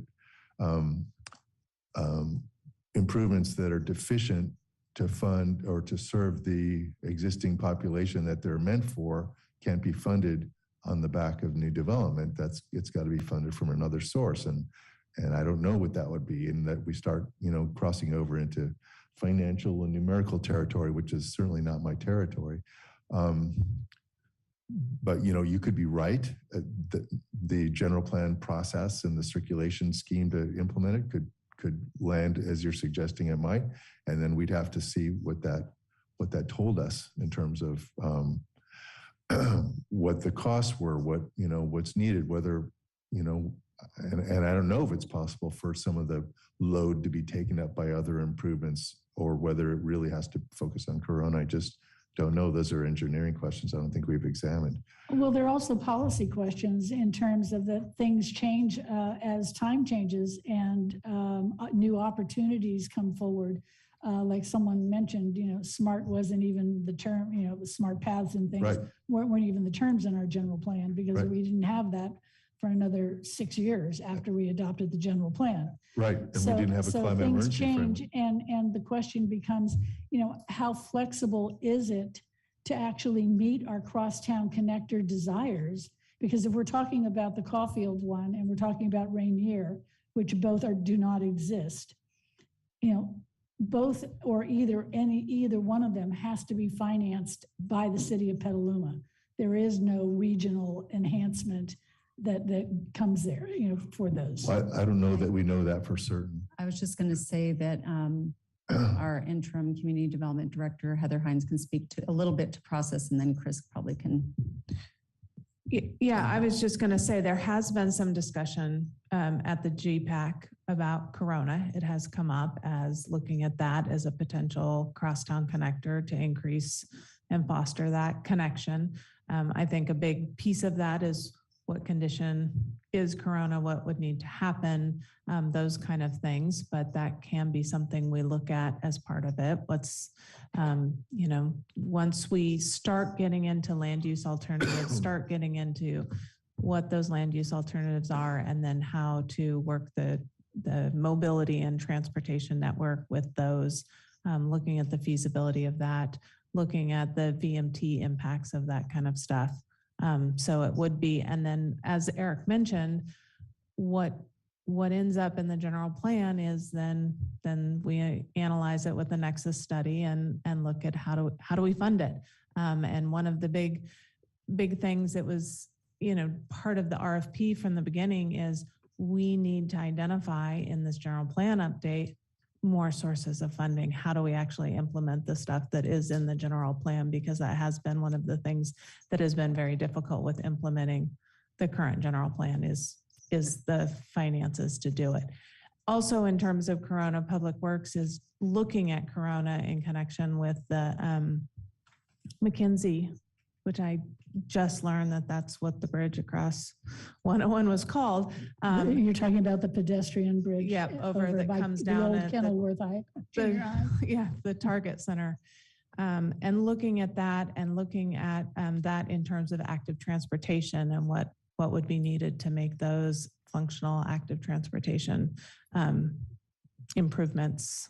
And I guess what I would add to that, add to a suggestion of what we want to be looking at if we are looking at enhancing existing crosstown connectors, in addition to whatever new crosstown connector we're looking at, is to also be looking at creative ways of arguing that money that has been collected to solve a problem that is caused by new development. That problem is there right now, and it has not been solved. And why can't we, or I would like to see us argue that we can, shift that to another project that for the part that is caused by the new development that has been happening over the last 40 years, and that we've been collecting fees for. And that's where I'm saying that we need to get outside the box and look at that and make that argument. And maybe it is possible, maybe it isn't, but it won't be if we don't try it. Well, the other thing that's, in a way, Madam Mayor, I heard you to ask how flexible is it, and I think one way to respond to that would be to say, because, well, let me say it this way, the fee program should not be the driver of these decisions. As what I was trying to depict with that, hopefully not too pedantic schematic about how all these things come together, is that there are implementation steps. And I think we would want them to be as absolutely flexible, these implementation steps, as they need to be to realize the vision that the plan is prescribing from the general plan process. And I don't know what that would be, but it is understood, and it's sort of, I think, well understood in the law when it comes to development fees, that they evolve. Projects come in, projects go out. Like, and sometimes things can be grant funded. They don't have to be fee funded anymore. And different prioritization can happen to do what the purpose of those fee programs is, which I mentioned, is to avoid population increase, diminishing the quality of life and services in the community. So we absolutely would want to deploy all the opportunities we can in the law, in potential financing mechanisms, in financing sources to realize that vision, and not just focus on just the fee part of it, but rather have it be an implementation step that's. We don't have to focus on the fees, but we do have to focus on paying for it, because sure. we've been promising it without paying for it, and it hasn't happened, and it's not going to happen if we don't have the money in order to do that. And I mean, that's just what's been happening. It is just, there hasn't been the money collected. And you know, as much as Councilmember King was lamenting, you're going to put all this $37 million into one project, and what about everything else we're not going to get? Which I totally agree about. That's not really acceptable. But at least one of these projects can almost be financed that way. There's no way Rainier can be financed by that $37 million. That's just not even a possibility. And I'm not saying that's where I want to put all my eggs in that one basket, but at least it's a basket that we might be able to, you know, make work. The other one is not going to work at all. And so if we're looking to provide crosstown connection, what will work? And you know, that's where I want to say that we can move those funds or in a creative way and argue that they're solving the problem that has been created. And those aren't using impact fees for existing conditions. They may be existing at Corona, but they're existing at Corona because they weren't taken care of in Rainier or anywhere for that matter. And then we've been collecting those funds. So those kinds of major program changes to the traffic impact fee program and the capital improvement programs, I think, are the kind that will need to be informed by the general plan process so that we can effectively resolve that, and the kinds of difficult choices you're talking about, and the being, you know, the forthrightness about practicalities and realities of actually delivering projects, I think, are exactly the kind of discussion that we're trying to foster here, and not to debate with the council. I hope my answers are not being perceived as policy debate, because that's not my prerogative. But those are the kinds of choices, Madam Mayor, that we're going to be looking to help the council make. Okay. Well, thank you. Thank you. And thank you, Heather, as well. So another question I had on slide 64 was the level of service that was discussed. And I know we're vehicle miles traveled, but we can look at level of service because it does tell us, you know, what if it's going to be improved or diminished. And it says there's an increase of 2.5 minutes. Well, that's the wrong way to say it, but it would be 2.5 minutes less if we had the Rainier Crosstown Connector without any on-ramps or off-ramps. That is not the number that was a part of the environmental impact report from 2015, and I'm just wondering where that number came from. And luckily, I'm looking at you, but it's not you. Good, because I do not have that answer. Sorry. I don't know who does. Hopefully, maybe Matt or someone. Hi, yes, thank you, Madam Mayor. Yeah, we pulled this from the 2019 presentation on this that was pulled from the Rainier, and it might be added up slightly differently, but it's from that study. That's where the route level service results are from. Yeah, it's not my memory that that's correct, because having sat on the Planning Commission at that time and the City Council, it was a matter of seconds, not minutes, that this would happen. And, you know, I think Councilmember Healy brings up a really good point about value engineering, because I don't see where $93 million is for 2 lanes, 4 lanes, or anything is worth getting, spending in order to get, first of all, we think it's not even going to be 20,000 cars a day that are going to go across that. That's interesting. Why would we be spending this money for that? But and the level of service was, I think, something like 14 seconds or something. It was very minimal. So I think I would like to ask you to go back and find the actual original source for where that 2.5 minutes comes from, because that is not my recollection at all. So thank you. Okay, so other questions? Okay, I'm going to start down there. Well, actually, you've got to pass, so why don't you go first, and then we'll go down to Councilmember Fisher. I just wondered whether that, what I remember is similar to you, 12 or 18 seconds, 14, 12, 18. But I wonder if that was an average number. I don't have that from me. An average number where this is up to 2.5 minutes. Say, can Matt speak to that? Matt, do you have it? Go ahead. Thank you. Yeah, thank you, council member. Yeah, happy. I'm trying to pull up the full DIR right now. So if you give me a few minutes, I might be able to circle back on this. If you have other questions you'd like to start with. Can I ask one more, Mayor? Sure. We will try not to make them to you. I wondered, and I thought that you and Eric were moving towards this, but I didn't hear you get there. Maybe I got distracted at the point. But my question then is the percentages, Eric, that for Caulfield and for Rainier, we can pay 100% of the cost. Others are 72 or 44. Can those be revisited over a period of years as things change? Sure. I mean, the whole, it's really kind of, I'm sure the existing documents would inform in some ways the updated CIPs, because some of them may go forward, but it's really a fresh look.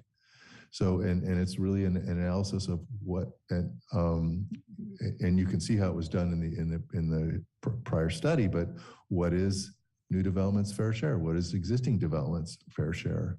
In terms of the demand for those facilities, which is a way of saying, another way of looking at that is, what is the deficiency? Is there an existing deficiency? Because new development can't be called upon to pay that. It's not fair. It needs to come from another source. So yes, there's be all kinds of, it's being, the stage is being set right now with the general plan process for all kinds of fresh looks. When in 2008, there was no talk about climate change response. There was no talk about climate change in local government. Well, actually, we had to put it off from 05 to 08 because it needed a greenhouse gas element. So there was some discussion about that. There was, but there was no, there's been so much work that's happened since then about the city's response and how that needs to inform everything we do. And that's a huge change. And you can see in the slides, I think, some of the, the fact that while there are some limited, I think, and Matt's going to follow up, some limited level of service benefits that are shown by the crosstown connectors, there's negligible VMT benefits. And we weren't using that metric at all. So, which is another, all of those things are going to inform both the development of the vision and the implementation of the vision that the council and the community come up with for the future city. Okay. Councilmember Fisher. Yes. I just wanted to follow up on trying to get, staff is trying to answer the question about the 2.5 minutes. And I think what it is we're talking, there was at each intersection, it was something like 20 seconds. Oh. And it was like adding those up along the Washington corridor to get the, and Matt, or I know Olivia is also on as well, but I believe that is correct, Matt? Yeah, thank you, Heather, for buying me some time there. And yeah, that's correct. There's, for at some locations like East Washington and McDowell, we were shown that EIR showed, the decrease in 37 seconds as shown in that slide. So there was some spot improvements. This is as as you will call, future year forecasted conditions with the build out of the general plan. So some locations don't see a whole lot of change. Some see a little bit more with the project. Thank you for looking that up.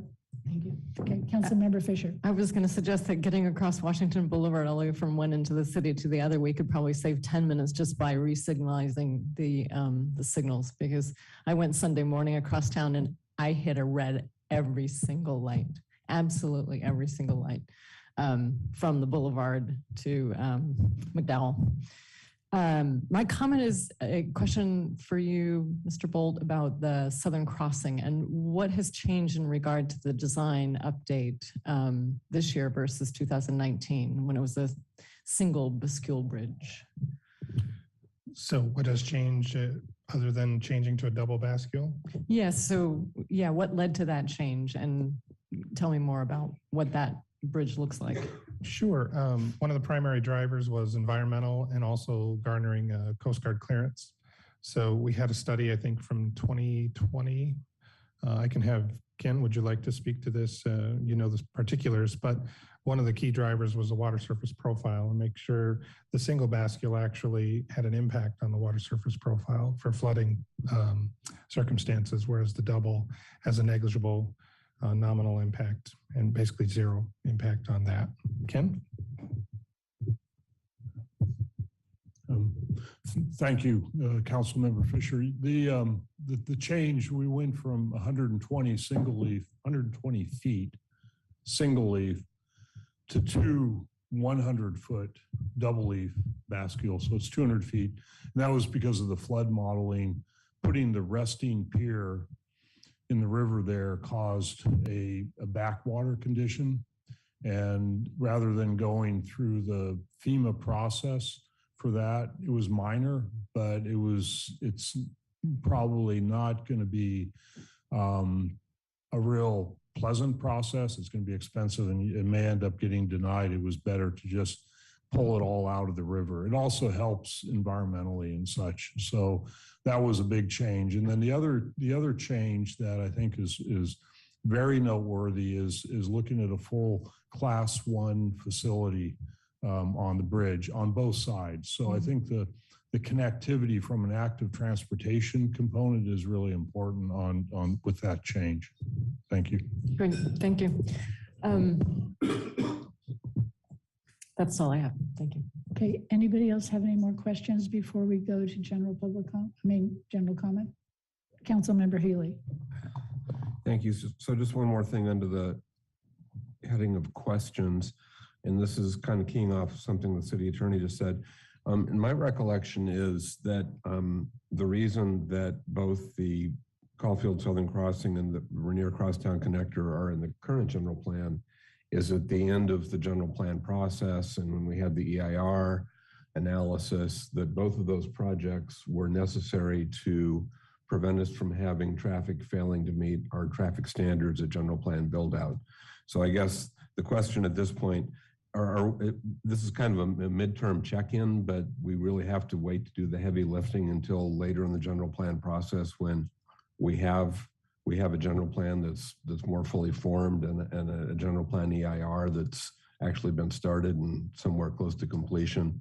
So I guess what you're looking for, what staff is looking for tonight is kind of homework assignments and steps to take as we process towards that. Is that fair? Yes, and also focus to have and brainstorming and you're right, Councilmember Healy. Another way of saying the importance of the crosstown connectors is that they're necessary to avoid significant impacts in the cumulative scenario from on a level of service basis for traffic. And if they weren't in the program right now, then the council would need to make findings of overriding significance for any project of any kind with traffic impacts in the cumulative scenario that would be unmitigated by the absence of those improvements. So that again, why this is kind of a package. Okay, so that's very helpful, but your question also raised one last question. I'll stop after this. And this kind of showed up in the PowerPoint presentation as well. We've shifted from the old LOS standard to VMT, and yet LOS keeps showing up here or something like it in terms of congestion. So are we really going to be doing both? Do we have the VMT as the primary standard, but with LOS as a backup, as I know other jurisdictions have done? I was kind of curious because that did show up in the presentation tonight. I think that's maybe a team answer. I mean, I would say, I mean, we know we're required for CEQA purposes to do a VMT analysis, and that reflects a shift that is intended to not focus on what is really traffic increasing strategies to maintain and improve service levels, but instead traffic reducing strategies to limit uses of the roadways by vehicles. So we know that's a requirement, but it doesn't measure the experience of, you know, motorists. So to the extent that's relevant, and we're going to be talking about it in terms of our circulation experience and planning, then I think it's legitimate. And that's my handoff to you, Heather. Yeah, thank you. Sure. Also, we do have LOS standard in our general plan. So even though VMT, vehicle miles traveled, is the requirement at the state level and now at our local level associated with CEQA, our general plan has level of service requirements in it too. And it will continue to do that. Under the current general plan. One of the decisions that we'll need to make as we go into a new general plan is, do we want to move to solely vehicle miles traveled, or do we still want to have two standards, kind of one for CEQA purposes and one for, you know, as Eric said, it measures it differently. It measures a different experience. Yeah, no, I'm very much in favor of doing both, because VMT will tell you a 2-mile trip is a 2-mile trip, and LOS will tell you if that takes 5 minutes or 30 minutes, and the community cares about both. So anyway, I'll stop. Thank you. Well, I do think it's an important issue. Yeah. You know, yes, it is. But we are, you know, VMT is where we need to be legally, and LOS is just more enhancement. Well, and you know, there's a safety component to LOS too, in terms of emergency response, and that our public safety colleagues will, you know, pay a lot of attention to, and so we need to also. And it could be a local, from a local perspective, we could say level of service is still an important mark.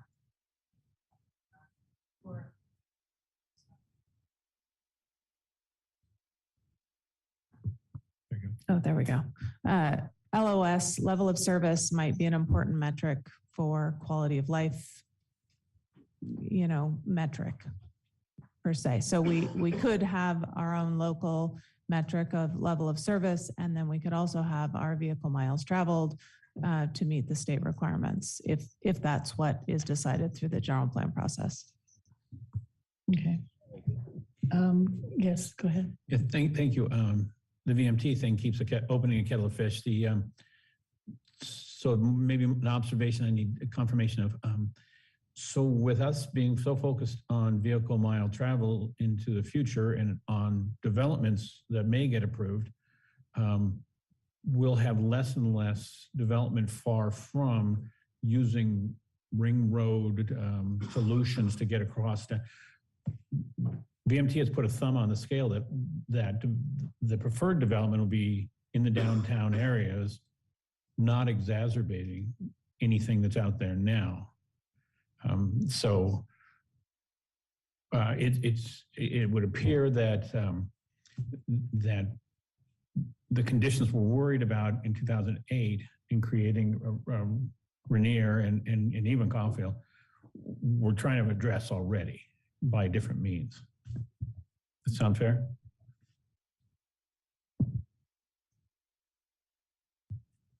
I'll start by saying I think absolutely the VMT metric is going to affect where development concentrates based on that analysis, and it also will affect or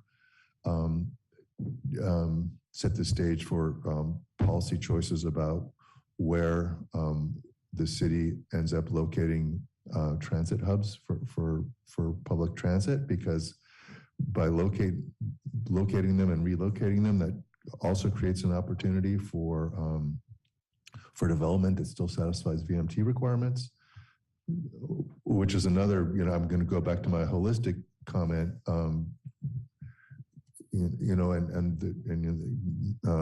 Mayor Barrett's comment about thinking outside the box. I mean, if we look at these things as a whole, whereas where development can go might be severely constrained by VMT analysis in the existing transportation network. If the network changes and we create other mass transit nodes, then it could change, and presumably, that would need to be in a thoughtful way, in the way the council and the community wanted that to happen, ideally. Well, just even the second smart station as case in point. I mean, they're running at 30-minute intervals and $3 a ticket. We've got a new downtown to out-of-town hub there. Right, exactly. I totally agree. And I think that's one of the things that's very powerful about VMT and very powerful about the city's option, because we do have our own transit system. So we have a lot of options. A lot of jurisdictions don't have control over their, transit service. We do. We have our own transit service. So we have a lot of options and powers and opportunity to change our transit routes per se, which would change where development might be suitable if we've got that transit at the 15-minute headways. And I think Matt would like to join in and add a comment on this topic as well. Thank you. Sure, thank you. So what other communities are doing is there's a wide range of possibilities, right? Some communities have dropped level service altogether. Some are using it at a similar level they were doing before. I think the interesting conversation can be, under what circumstances and what purposes can it serve? Because the city will want to think about what outcomes they will get from the level of service analysis that it provides. And one example I'll just cite is the city of San Francisco, which was one of the first cities to drop level service, except to evaluate changes to transit delay, since transit is, of course, so important to their vehicle miles traveled reductions. And so that's one example of where, for a certain size, large enough project on critical routes, they'll use it. But the city of Petaluma has the opportunity to identify the purpose and use for it going forward. And also one other point too as well is that going forward in this general plan, new general plan, to achieve the city's climate goals, a certain reduction in VMT will be required, and that amount of VMT, would then result in lower, if the city were to achieve that level of VMT reduction, that would mean less vehicle trips using the crosstown connectors compared to what was envisioned in the prior general plan. So that's certainly something to be considered in the general plan going forward. Thank you. Okay, thank you. So we're going to now go to to public comment on this item. And we'll start with the people in the city chambers, and then we'll go to the people online. So if anybody wants to speak, I have 3 speaker cards for people who are here. And then I'll ask our moderator to go to ask people who are online. So we're going to start with Darren Racusin. And it says on Darren's card that his wife, Shakti Kennedy, is giving him her time, and I believe she is in our virtual audience. So thank you, Madam Mayor. Let me check in with Shakti real quick. Confirm with her. Shakti, I'll now allow you to speak. You can cede your time. Yes, I cede my time. Thank you. Thank you. There'll be 6 minutes that you get to speak. Yes. Yeah, it should be on. Just hit the button. Sorry about that. We got to figure it out. All right, thank you, Aaron. And I want to say I appreciate the presentation by city staff outlining all 10 connectors. You see the challenge being faced with these 10 different options on the table, trying to spread resources and manpower. And a lot of people are focused on just one or two. That said, I'm going to center my comments on the Rainier Connector and Interchange that has morphed into just the Rainier Crosstown Connector today. And I will say I'll give no judgment on specific merits or faults of the project. I wouldn't want to undermine any future votes on this project as a sitting planning commissioner. But that said, I have done an analysis. I have reviewed documentation on the project, starting with the General Plan 2025 EIR that was certified back in 2008. So in this document, what struck me, it covers land use and projects throughout the city. And what you see is a majority of comments are centered around this Rainier Avenue project. There's phrases in there about environmental impacts on riparian habitat, concerns over building in a floodplain. You fast forward to the Rainier Crosstown Connector project specific EIR, the draft in 2014, the final in 2015. And again, you're awash in comments about environmental impact, your comments about floodplain, objecting to development that would likely follow behind the construction of this connector. And it's funny reading old EIRs because you have to wonder if they would pass muster in today's CEQA environment. Now, obviously back then there's no mention of VIT. There's a cursory explanation that VMT is not finalized yet, but it also has characterizations of areas like Corona that we know has changed significantly. Our understanding of floodplain modeling, biological resources, how much has that changed in the past 7 or 8 years? So what I'm seeing are kind of vestiges of a time when this vision that we have today of Petaluma and the direction wasn't fully developed. Now, in past city meetings, I've heard a desire from sitting council members to potentially decertify the EIR and move away from this project entirely. I know there are many, many calls from the public to do the same, but at the same time, I appreciate that city staff has to be focused on mitigating liability for the city. I've heard it posited that from city staff, it is deemed that decertification of the EIR is either infeasible or impossible. Now, just to frame this, as I think of this kind of a nonprofit corporate entity, the city of Petaluma is governed by its council like a board of directors. You're empowered to take on staff and executive recommendations, warnings, and put them aside to move forward with a resolution or ordinance if you feel it's necessary.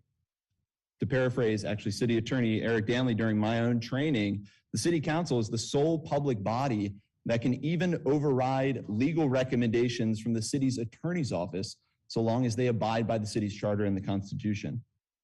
So if there is a will amongst council members to move forward a decertification of this EIR, maybe due to public will, maybe due to potential deficiencies in the EIR, maybe negative impacts, that combination that in its total supersedes the risks of decertification, then I urge you to follow that thread and move quickly, because you are empowered as a body to exercise that kind of leadership in the face of hard decisions. And in fact, the public relies on you to. Just this last week, I heard mayoral candidates at Hotel Petaluma give their educated recommendations on the Rainier project. And to quote Councilmember McDonald on Rainier, I thought this was particularly interesting. Its time has come and gone. 50 years ago, it might have been a good idea, but now it doesn't provide the traffic relief we need. We need crosstown connections, but it is just an infeasible project that needs to get taken off the table. So again, city staff is faced with 10 different connectors, not just the two we're focused on.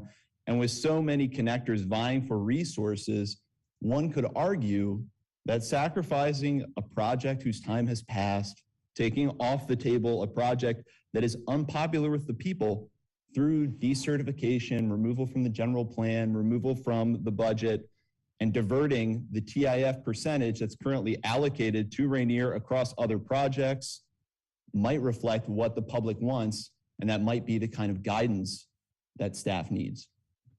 Thank you.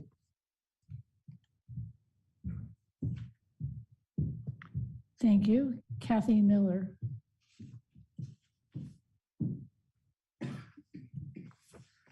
Good evening, Council. Thank you, staff, for the excellent presentation. I really appreciated it. It was very interesting. A lot of it was obviously information that I've heard before. I just wanted to talk a little bit about both Rainier and Caulfield. I think both are necessary. As the city attorney said, they're necessary to avoid significant impacts. We've been talking about these crosstown connectors for a long time. At this point, the city finally has some money to work with, whereas in the past they did not. And the other thing is this Rainier, we weren't going to be able to do anything with Rainier until the freeway widening of 101 through Petaluma was completed. It's now completed. There's an opening there. And I just encourage you to look at the past history of these crosstown connectors. Anecdotally, I will just say that it's been very difficult traffic-wise with the dredging going on right now. It's great that we're dredging, but it takes 30 minutes to get across town right now because you can't use D Street. And Caulfield is looking at having that exact same type of bridge. So you're going to have situations in the future where boat traffic is going through and the bridge is up and people can't get across town, or when you're doing a dredging project and people can't get across town. So I'm not advocating for one or the other. I think they're both critical. Quite frankly, Caulfield would be more helpful to me, but you have to look at what the majority of the city needs. And one of the problems that I see as I stand here is, and I think district elections will help with this, there's nobody up on our council that lives on the east side of town. And I don't know how many of you are regularly trying to get across town, but I know that a lot of people on the east side of town are regularly trying to get across town.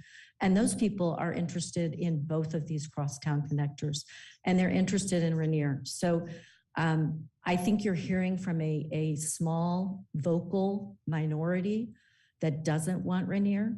And I just want to remind you that you guys are elected officials for the entire community, not just the small vocal minority that's got your ear. And finally, what I want to say is we have RHNA numbers. We have housing requirements that the city has to meet. And that means whether people like it or not, there are going to be more people living in this community. And we have to have a better way to get them around town. We just have to. It's a quality of life issue. It's a level of service issue. I mean, all of these things are important. Your time has expired. Thank you. My last speaker card on this item is Stephanie Bastian.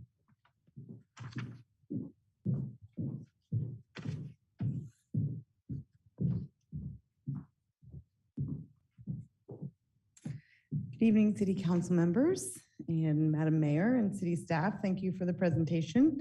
My name is Stephanie Bastian. I'm the Executive Director at Friends of the Petaluma River.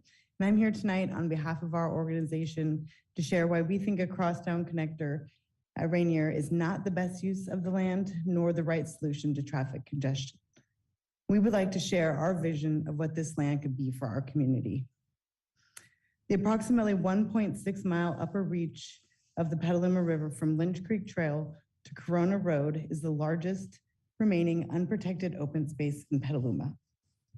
This open space is connected to public recreation and commercial centers, is important to the city's resilience to climate change, and is an area of outstanding beauty and biological richness. This land is the last remnant of the once lush wetlands and oak woodland savanna, a vast floodplain that should not be paved over. More roads, houses, and pavement in this area will jeopardize the flood mitigation project completed by the Army Corps of Engineers decades ago and put thousands of people downstream at greater risk of flooding. Instead of paving over our wetlands for a questionable decrease in traffic time, Friends proposes that we protect this land and create a Petaluma River Greenway. The Greenway would be a 160-acre nature park amidst Petaluma's urban core, making Petaluma even more of a destination city for outdoor activities accessible to all. The city's Petaluma River Access and Enhancement Plan adopted in 1996, calls for such a river greenway. In order for this riparian habitat to truly be protected, this greenway cannot merely run along the side of the river, but must connect with and preserve open space for wildlife and native plants and trees to thrive. When completed, the Petaluma River Greenway will benefit the people and wildlife of Petaluma in many ways, preserving a richly biodiverse habitat, mitigating flooding due to heavy rain events and rising seas, providing recreation and improving quality of life. Preserving flood zones help provide natural buffers for people and protect property. 100% of the parcels in the proposed Petaluma River Greenway are within these flood zones. The Rainier Crosstown Connector is the development of yesterday. It won't solve our traffic problems, but it will destroy a space we should be protecting. By forming a climate action commission, banning new gas stations, becoming a cool city, the people of Petaluma have chosen smart, climate resilient growth. A crosstown connector at Rainier isn't smart or climate resilient. A greenway project that preserves the ancient oak woodlands and wetlands is the smart decision for Petaluma's future. Thank you. That is my last public speaker on this item. So I will ask our moderator to check with the people who are joining us via Zoom. Thank you, Madam Mayor. At this point, anyone joining us virtually, if you can please raise your hand or press *9 if you joined via phone. The first speaker that we have is Stephen, followed by Taryn. Stephen, I'll now allow you to speak. You can unmute yourself and begin. Hello, City Council. Thank you for having this important meeting today. My name is Steven Stankovich. I'm the General Manager at Petaluma Village Premium Outlets with Simon Property Group.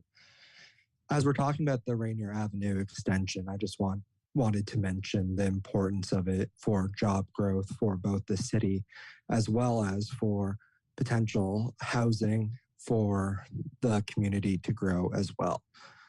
The area around Rainier Avenue, as well as through Corona Road, would be prime area for redevelopment to increase housing density within Petaluma, as well as bring other outside resources into the community. Furthermore, one topic that was not considered today, which I think should be considered with any consideration of a cross-town connector, is an exit off of the 101. This would do the most out of anything to help reduce traffic on East Washington Street and those exits, as well as create another alternative way to cross the city. If we truly want to decrease traffic in downtown, as well as increase traffic on the north side of town and encourage development and building of residential, we will consider an exit ramp either on Corona or at Rainier. Thank you so much for your time and hope you have a great day.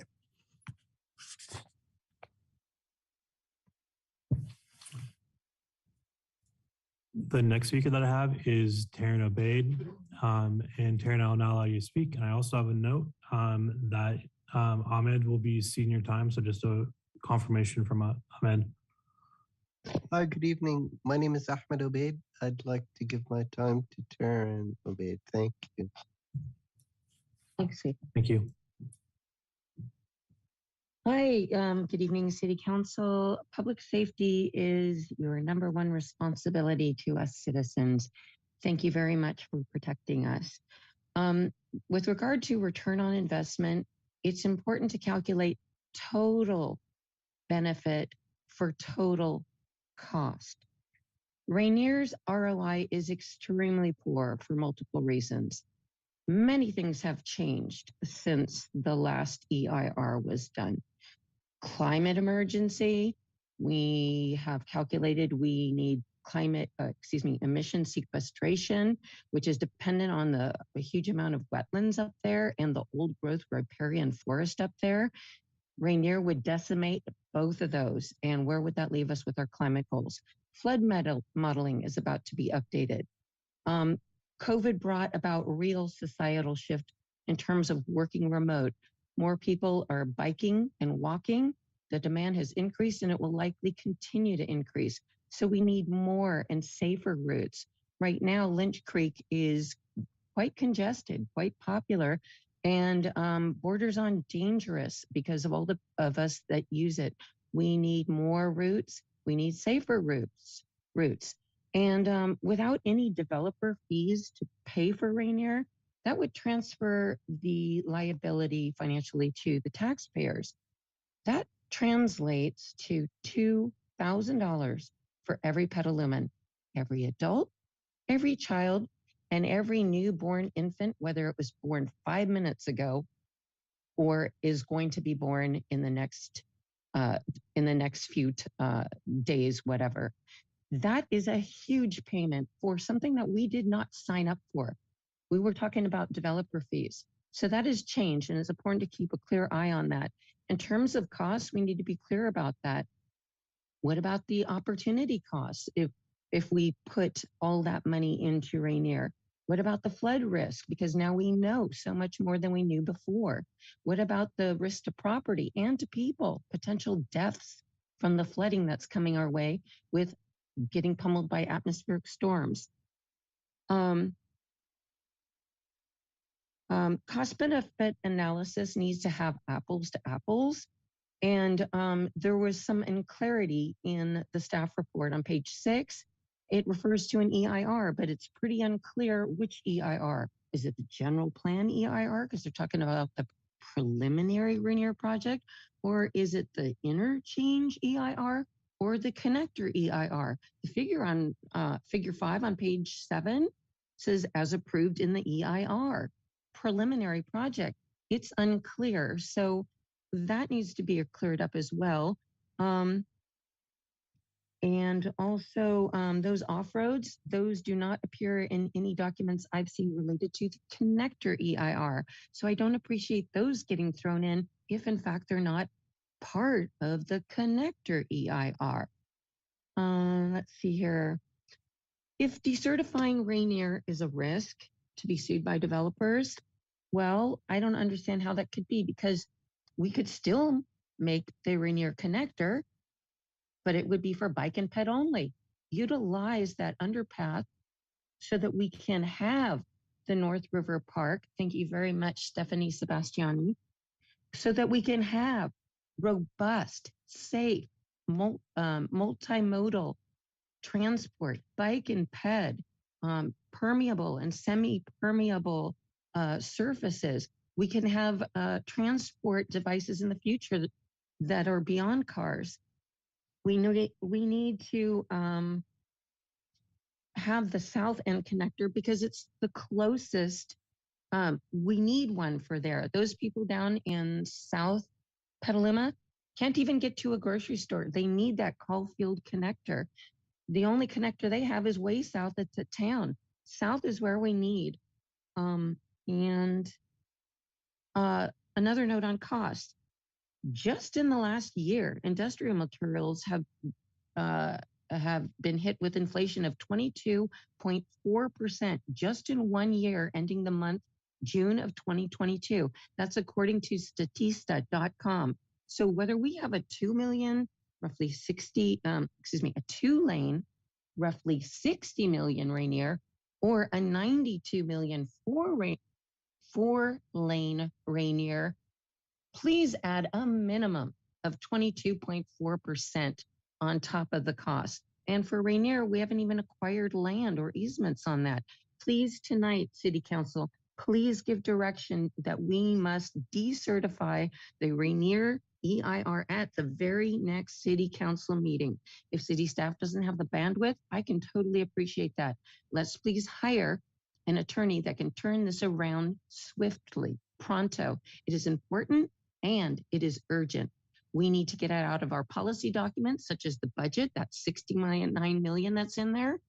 We need to get it out of the general plan. And the only way to do that is by decertifying the EIR. Please do not risk keeping this in general plan form. General plan has no teeth. We need to remove it from policy. Taxpayers can't afford $2,000 out of pocket. Please move forward with Caulfield and the Corona expansion for the sake of all aspects of public safety. Thank you.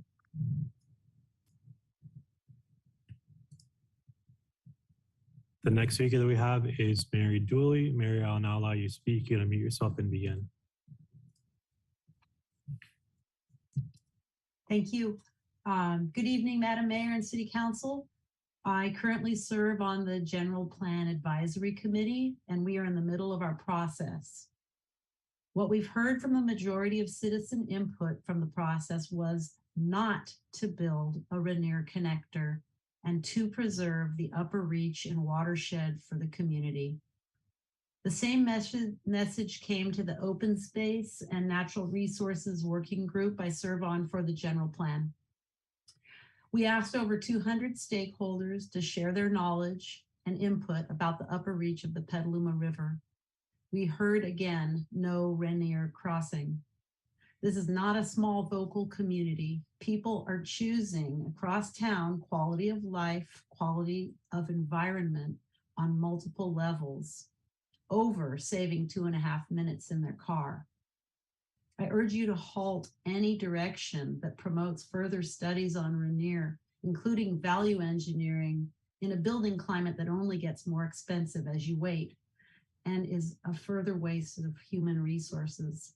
The data presented tonight shows Rainier is not the panacea, and the data also shows that Rainier does not serve the highest vehicle use. It's not economically feasible, and it pushes development into flood zones and sensitive habitat. The upper reach area is the most important land decision we will ever make. Protecting the land from development in this area would shift us as a community that puts health and wellness on all levels for a successful town. Our responsibility is to care about the next generations by looking far ahead to what makes a good town from every angle, rather than using old ideas to solve old problems. The critical moves for the new general plan are to reset policy and create flexible funding linked to enhancing and improving our town in all areas, including but not exclusive to crosstown connectors. I see making Rainier a non-vehicular crossing for bikes, pedestrians, e-bike scooters, whatever, and protects this important upper river area from unneeded development. And from now on, new housing should be built where there is existing infrastructure. I have a whole section on housing I don't have time to read, but we need to build centrally and preserve the undeveloped lands. So I urge you to think about next generations and this river watershed and the mature trees that cannot be replaced. Thank you.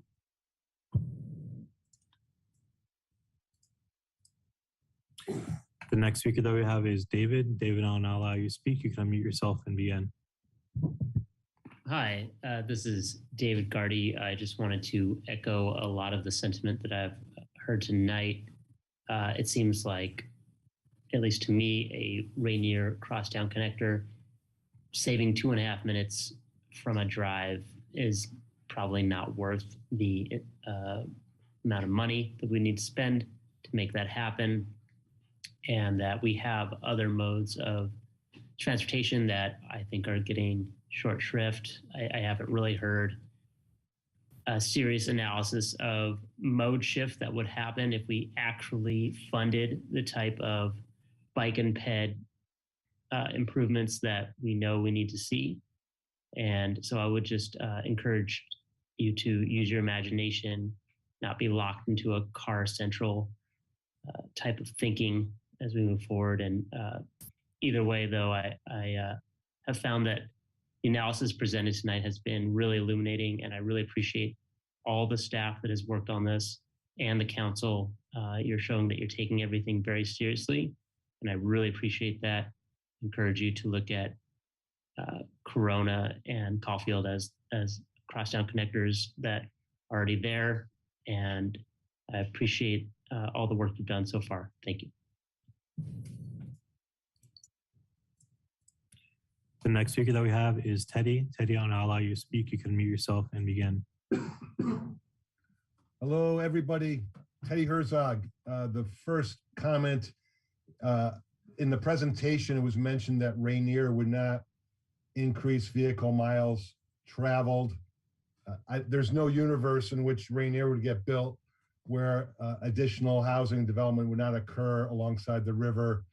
And so by definition, Rainier would in fact increase vehicle miles traveled because you're going to get single family housing that's automobile dependent.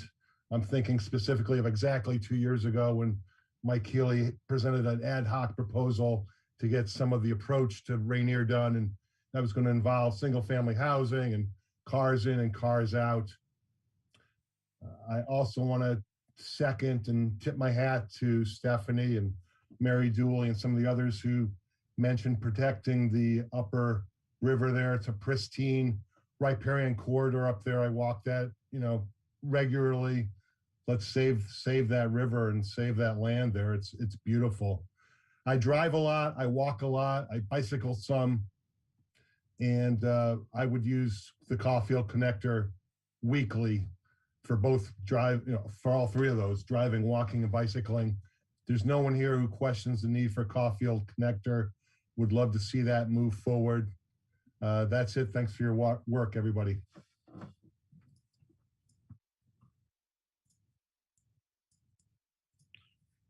The next speaker that we have is Anne. Anne, I'll now allow you to speak. You can unmute yourself and begin. Thank you. Ann Edminster. I'm chair of the Petaluma Climate Action Commission. I'm not here wearing that hat because I guess I can't speak for the commission, but it's testimony to the viewpoint that I bring to this. There are a few points I wanted to make. First of all, I want to agree with many of the very astute comments made by those who have preceded me, including written comments regarding the issues surrounding Rainier. Many reasons have been cited, excellent reasons that the Rainier connector should not be constructed as a motor vehicle roadway. However, I do see a great opportunity for it as a bike and pedestrian connector, but also something that hasn't been mentioned as an emergency crosstown connector. If it's made wide enough for a motor vehicle with bollards to prevent it from being used that way in a routine manner, that can certainly provide something valuable for the community at the same time. I also want to concur with the comments made by my commissioner colleague, Dave Garty, regarding the future mode shifts that we need to see in this community in order to meet our 2030 climate neutrality goals. Those assumptions, all assumptions that are on the books right now about traffic projections are completely suspect without taking into consideration all of those mode shifts. I also want to comment that the embodied carbon cost of infrastructure of this intensivity is absolutely astronomical. And embodied carbon costs of construction of all types in the short term, that is, let's say the first 10 years of a construction project's lifespan, can dwarf the actual operating carbon emissions associated with those projects. So it's very, very important that those be factored in. With all these reasons, I think that we cannot in good conscience rely on the present 2015 EIR. That simply makes no sense. One concluding comment, I certainly favor VMT as the metric for traffic. I'm not so fond of level of service as we currently construe it. However, it has sort of an inverse usefulness, and that is that driver delay is actually a good thing when looked at through the lens of our climate goals, because driver delay discourages people from driving. And we actually need people to be encouraged to adopt alternative modes. Thank you, Madam Mayor and council members, for the opportunity to speak. The next speaker that we have is Dwayne. Dwayne, I'll now allow you to speak. You can unmute yourself and begin. Good evening. One of the comments made earlier this evening was about that the traffic maximizes on Washington at 3 o'clock, and a discussion related that to schools getting out. I presume those aren't all parents picking up children. I assume that most of them are people who have picked up their children, had put off their shopping until they can take their children with them. But I don't hear any discussion as to what they're actually shopping for. What is the traffic for? How much is going to work? How much is going shopping? How much is going to entertainment? How much is going to take their children to the park, to the playing fields? And I ask this, that it would be nice if we made our decisions based upon facts along those lines. We have a city that's divided or united by a river and a freeway, and it would be nice if we followed the example of the high schools. They were wise enough to have put one high school on each side. Imagine what it would be like if we only had one large high school, and every day 2,000 students drove across Washington to get to their high school. We need to use that thought. You watch the next to the road, you see these little libraries. The public is speaking. They'd like not to have to drive to go get a book. Why don't we plan our cities so that we have a library on each side, a smaller one that's in walkable distance? Why don't we have the bookstore one on each side? Let's zone it that way. How about, I mentioned playing fields. Why don't we use some of the land downtown that's along the river and will eventually be underwater? We use it as playing fields instead of having people have to go to the east end of town for playing fields. We can design the city so that we don't have as much traffic, rather than figuring out how we can maximize our traffic or cut the amount of time spent at it. All of our services and our entertainment. It would be really nice if we thought about the effects of having it on both sides of town and having those services offered. And I will make one other comment. They're talking about the measure we have a sales tax to bringing in millions of dollars a year to use to build roads. And I will say we should really think about the fairness and the reasonableness of any sales tax that subsidizes carbon, car use and carbon is really an outrage. And to be talking about maybe having some other method of borrowing money from our children or grandchildren to build roads, let's start taxing gasoline like they do in European countries. Thank you. The next speaker that we have is Sheila. Sheila, I'll now allow you to speak. You can unmute yourself and begin. And thank you so much. Good evening, Mayor, Vice Mayor, and City Council and staff. Thank you for all your hard work. I just want to say I really appreciate the comments before me, and I think that they're just excellent. I too don't believe that we should build Rainier. And some of my favorite crosstown connectors have been like Lynch Creek Trail. The Caulfield sounds wonderful, and I hope someday we can really work with Caltrans and get Corona going, because it's right there by the train station, and it would be a shame not to do something with Corona. But no on Rainier, please, no Rainier. And again, thank you so much, previous commenters. You are absolutely awesome. Thank you. And that's all. Thanks. Next speaker that I have is Bev. Bev, I'll now allow you to speak. You can unmute yourself and begin.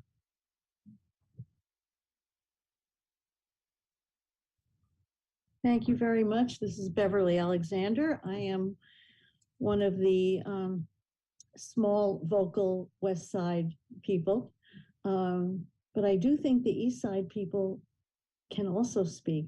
So what can I say? What I wanted to mention, first of all, I want to thank everyone, the City Council, for spending all these hours of their time on this issue, and to thank the other speakers who have been absolutely incredible. I noticed during the whole discussion with the council that it was mostly about funding. And I don't think there was anything about the effect on the environment or climate change, which I think is really important. I was thinking just now about VMT and LOS. And I realize they're kind of opposite ways of looking at things. So if we only think of level of service as I think it was it Anne who said that the longer people have to sit in traffic, the less they're likely to use their cars. And I grew up in New York City. So, I mean, they have an amazing public transportation system because if everyone got in their cars, no one would go anywhere. So, you know, those are important considerations. I like the idea of designing our town so that we have facilities on both sides of town. It's kind of a tale of two cities, maybe. I want to know why we are still discussing Rainier when it seems like it's terribly expensive. And the time that staff is spending on still floating Rainier seems like a waste of money because we are paying our staff and we could be paying them to do much more beneficial things.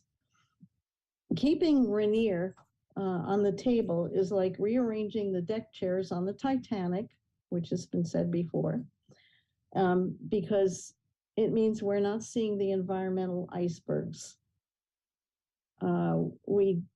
I love the idea of having more paths.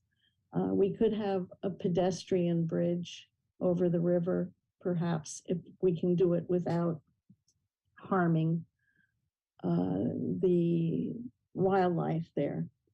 And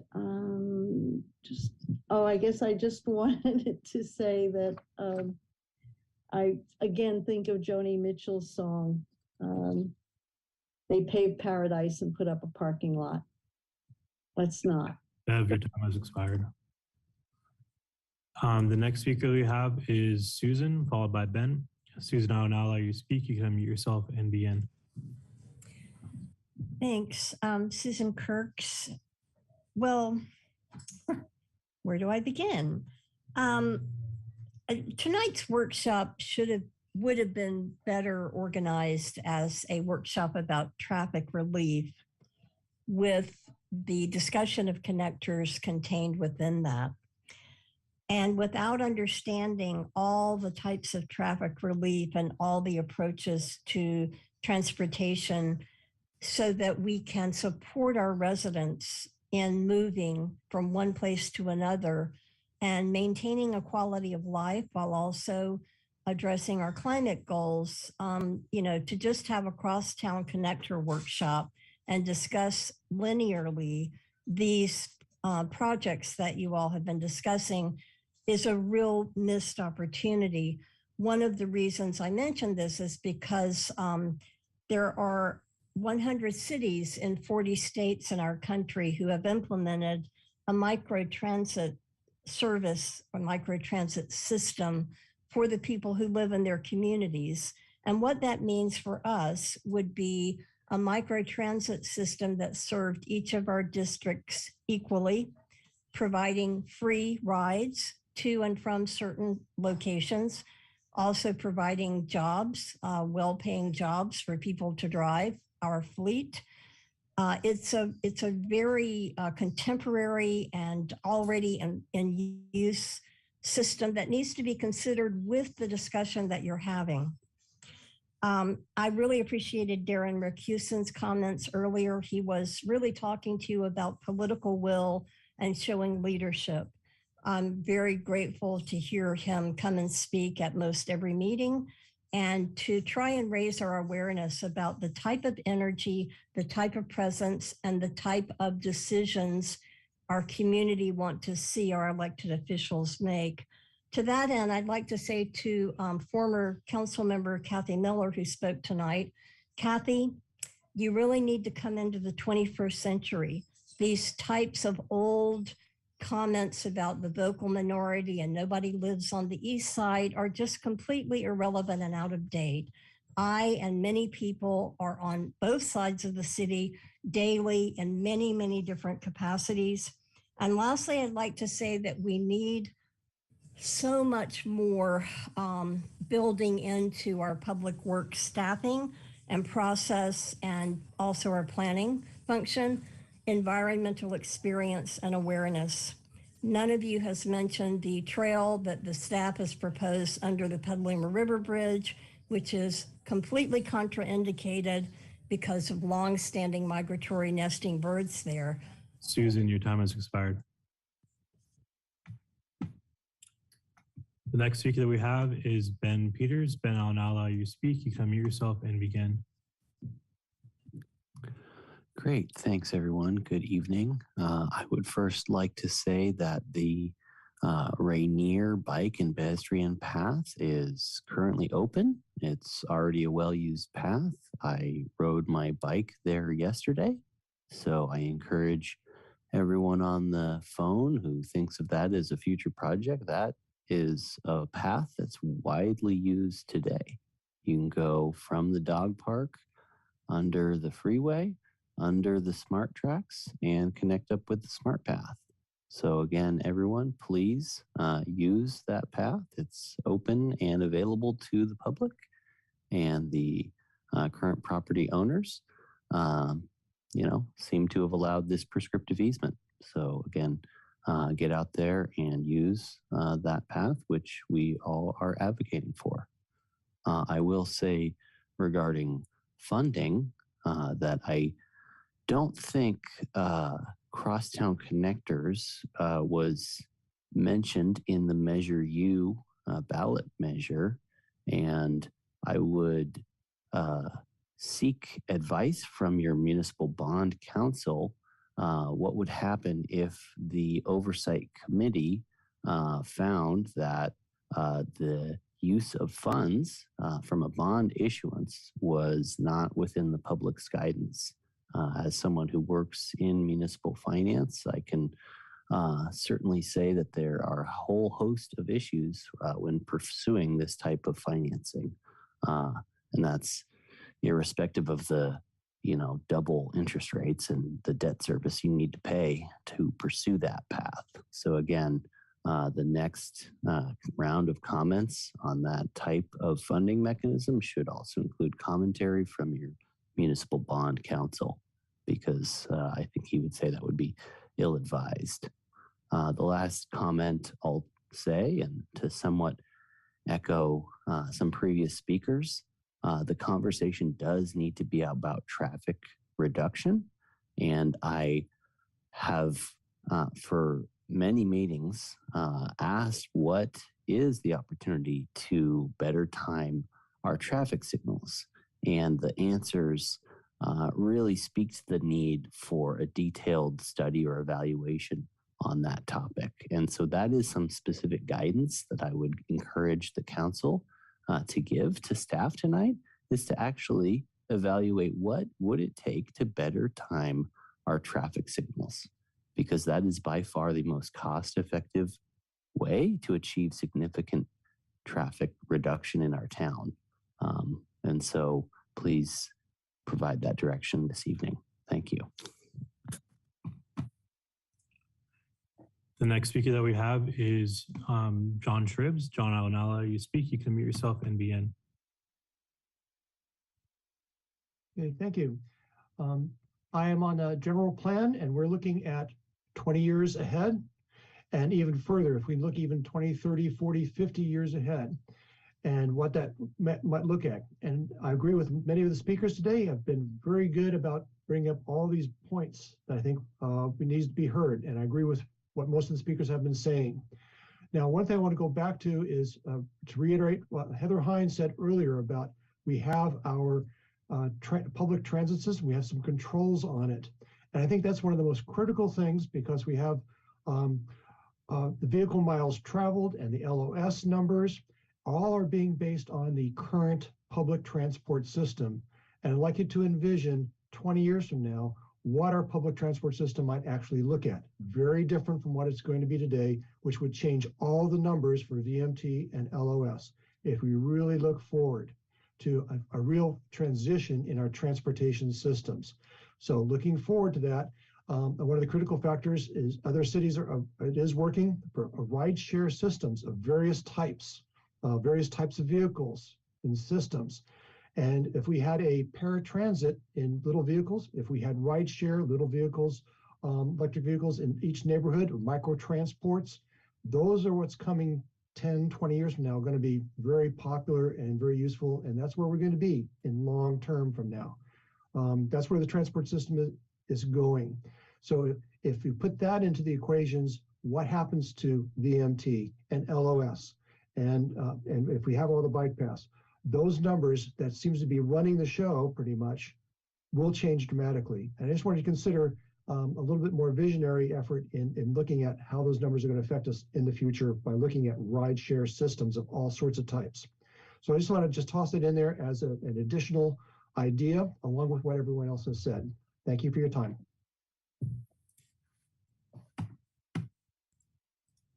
The next speaker that I have is Cheryl. Cheryl, I'll now allow you to speak. You can unmute yourself and begin.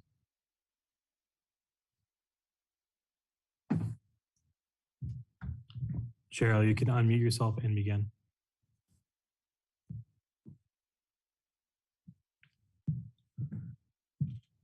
And Madam Mayor, that is our last hand raised. Thank you very much. And with that, we'll close public comment on this item and bring it back to the council.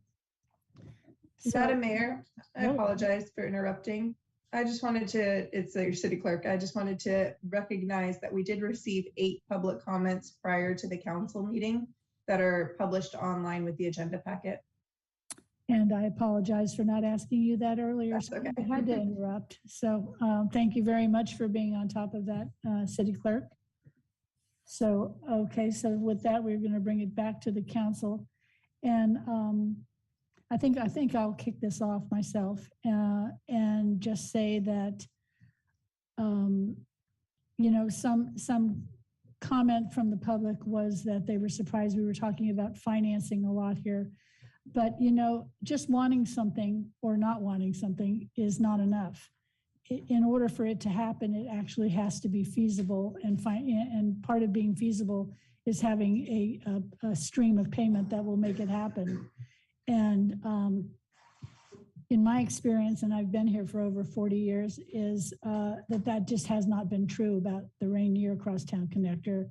And it's always been my problem with it. And in several things that I have voted for, while I don't really, you know, think it is the answer, I have tried to move it forward by supporting making the project of Rainier 2 projects. One that is the interchange, which seems absolutely not going to happen, but that's a Caltrans decision, not a Petaluma decision, from the Crosstown Connector part of it. So I was on the council majority that voted to do that so that we could at least explore whether or not the Crosstown Connector was viable. The second thing that I voted for that I had a lot of doubt about, but thought at least this gives us an opportunity, is to vote for getting a loan in order to pay for our share of raising the freeway high enough so that if we were to have a Crosstown Connector, it could go under the freeway at a much lower cost than it would be if it had to go over the freeway, because every time the road leaves the road, it just jacks up the price, you know, millions and millions of dollars. So, so even though I've been very skeptical of whether or not the Rainier Crosstown Connector is possible and good, I did try to move it along to find out the answers to those questions. So, and it just seems to me that we are at a point right now where we really do need to make that decision, because if we are going to design something, then we need to have a very clear idea about what it is we're designing and whether or not it is feasible. And several people from the public have brought up, you know, a Rainier Crosstown Connector that is not, well, it's multimodal, but it's not all inclusive. It doesn't have you know, cars and vehicles on it. So, and that's something that, you know, the people want to talk about, that we can, but I just really do not think that there is the that we're getting enough value for the $93 million or 63. You know, I mean, if we're going to look at this in terms of how many people it moves, then we really need to design this in a way that it's moving a lot of people who aren't just in cars. And that is something that I would be willing to look at. But I still don't think this crosstown connector is really cost effective or achievable for the reasons that we talked about in the questions section, that we're the source of the money on this one. So I do want to say that. And also I really want to point out that, you know, this, our current general plan that ends in 2025, we had to pass that general plan with significant and unavoidable impacts. And those significant and unavoidable impacts were because even with the promise of Rainier, which has not happened, and the hope of getting Caulfield to happen, which has not happened yet, there still would be significant and unavoidable traffic problems at 6 key intersections, even with the Rainier Crosstown Connector. So it is, you know, the problem is that solution was never a viable solution, and it was not going to fix the problem. And we had to vote on that, and we did vote on that because we wanted a legal general plan. So it has never been what it has been promised, and I think this is the time to put the stake in the heart of Rainier. And so with that, I'm going to start at the other end and ask Councilmember King to start, and we'll work down. It is, thank you for that. I did promise a break to our council. So before we go to the rest of the comments, we will take a 5-minute break and we'll be right back. Thank you very much. Thank you for reminding me.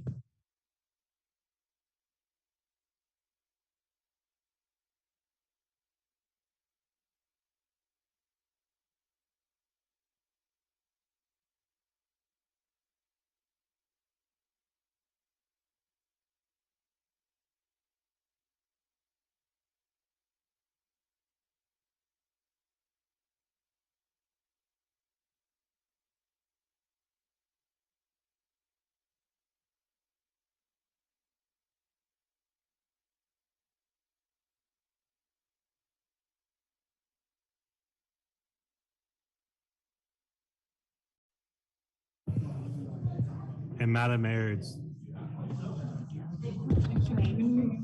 Madam Mayor, it's now 9:11.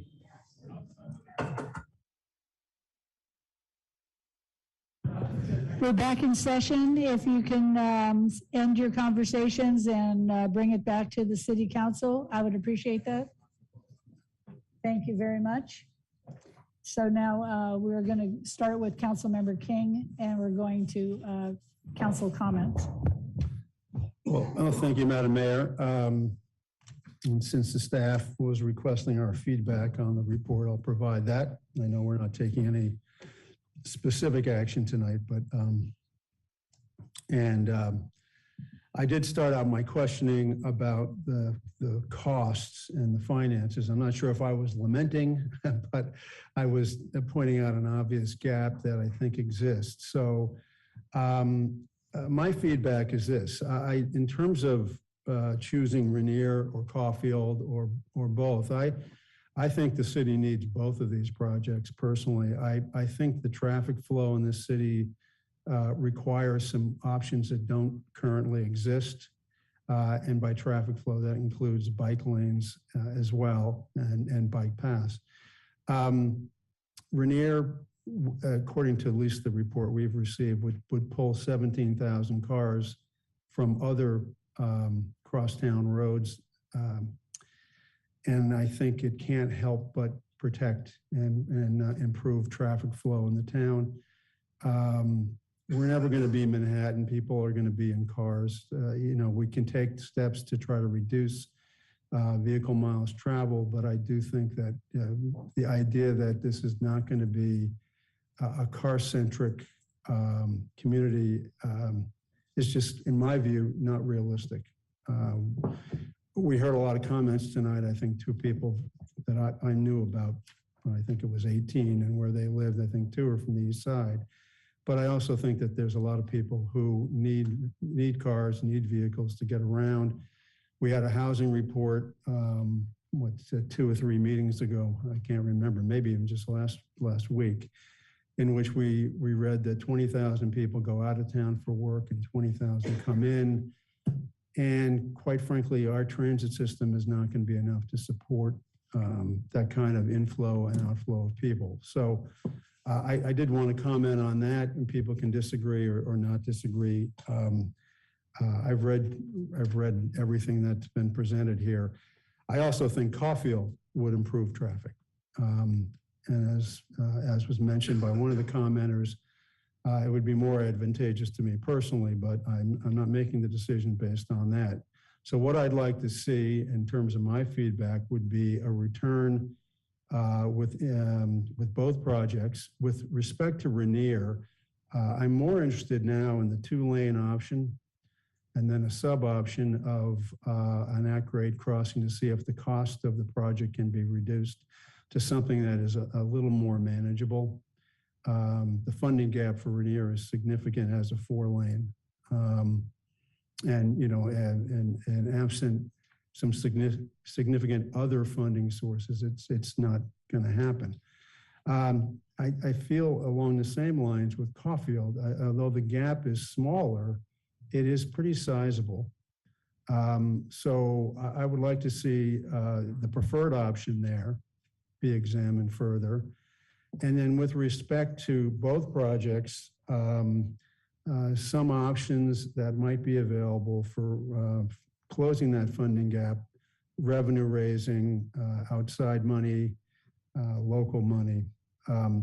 Along the lines, this follows the question I asked about what projects would be affected by pulling money from the traffic impact fee fund. Because we have been using that to do some of our road repair, which includes a lot of our active transportation. And I think it's important for a council to know all of the projects that can be outlined for the foreseeable future that are going to be impacted by a decision to fully fund one or the other of these connectors. With respect to identifying crosstown connectors, although we're not going to do anything with it, I think excluding D Street and East D Street at this point kind of is not looking at reality. It's become a crosstown connector. It has been a crosstown connector for about a decade. It shouldn't be, but it's a reality. And out of the roads that are probably going to be impacted by whatever decision gets made, that's a road that will be significantly impacted because traffic, whether Rainier is built, will pull traffic off of Washington and thus perhaps make some of the traffic from East D go in that direction.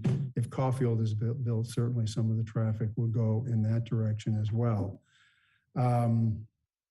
I'm not sure I would consider the section that we're building a bridge to be a crosstown connector, but it does lead into eventually to Caulfield, but I also think it would provide significant improvement. It may be difficult, but I would also like our staff to take a look and see if there are other locations for a bike path, pedestrian exclusive crosstown connector in the southern part of the city that could connect up to any potential future Caulfield.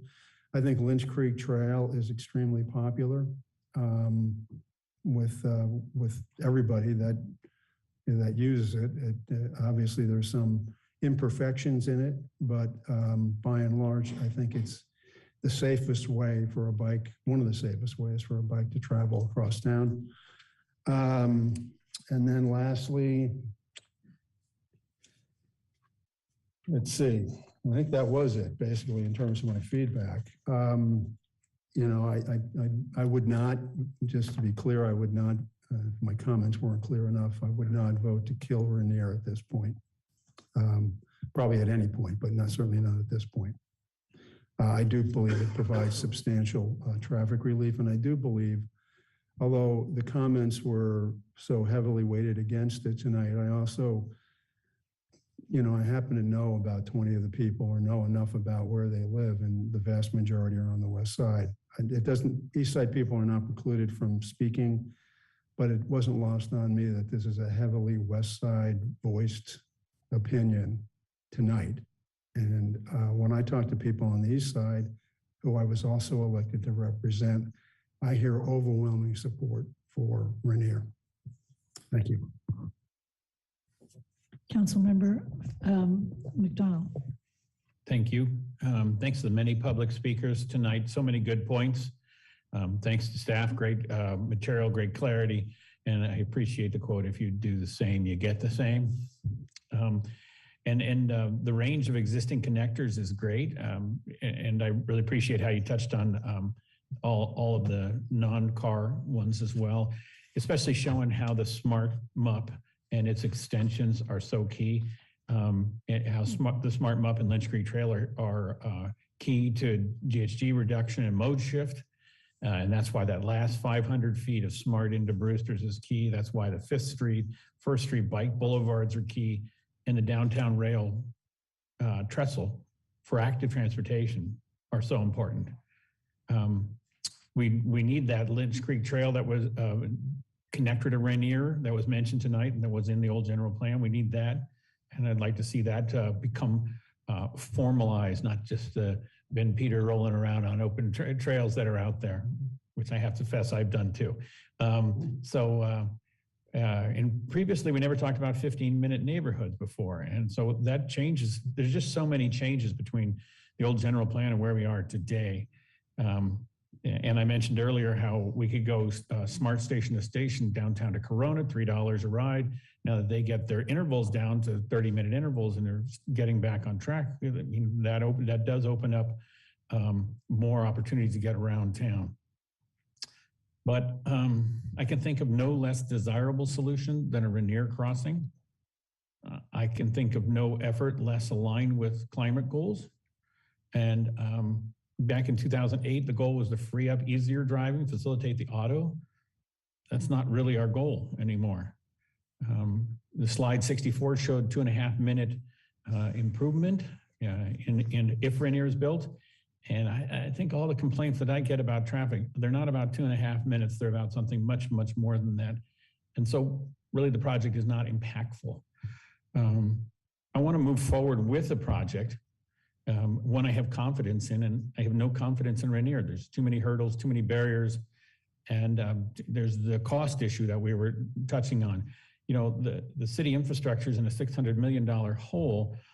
I don't see how we ever take out of pocket for Rainier. On the other hand, Caulfield's ready to go. I have confidence in every element of it. It's, you know, it's well further into the design and understood what the hurdles will be. So I'd like to go further on that. I concur that the new general plan mobility element should analyze Corona. I think that's where we need to start thinking about improvements, whether they're freestanding active transportation parallel or a replacement of deteriorated Corona, whatever the study shows. But the existing Corona fails all our mobility tests. And so we need to get it up to our current mobility desires. And then as the engineer, I keep coming back to this. There's the money in the bank that we have is losing value constantly. I want to wisely but quickly spend the money in the bank before it declines even further. And I support fully tapping out the TIF to get Caulfield built. It's not a matter of waiting and trying to come up with the money. We're falling further away, inflation versus money in the bank. The 37 million we have declines in value. So I'd really like to see us get going on Caulfield immediately. Thank you. Okay, thank you. Vice Mayor? Thank you, Madam Mayor.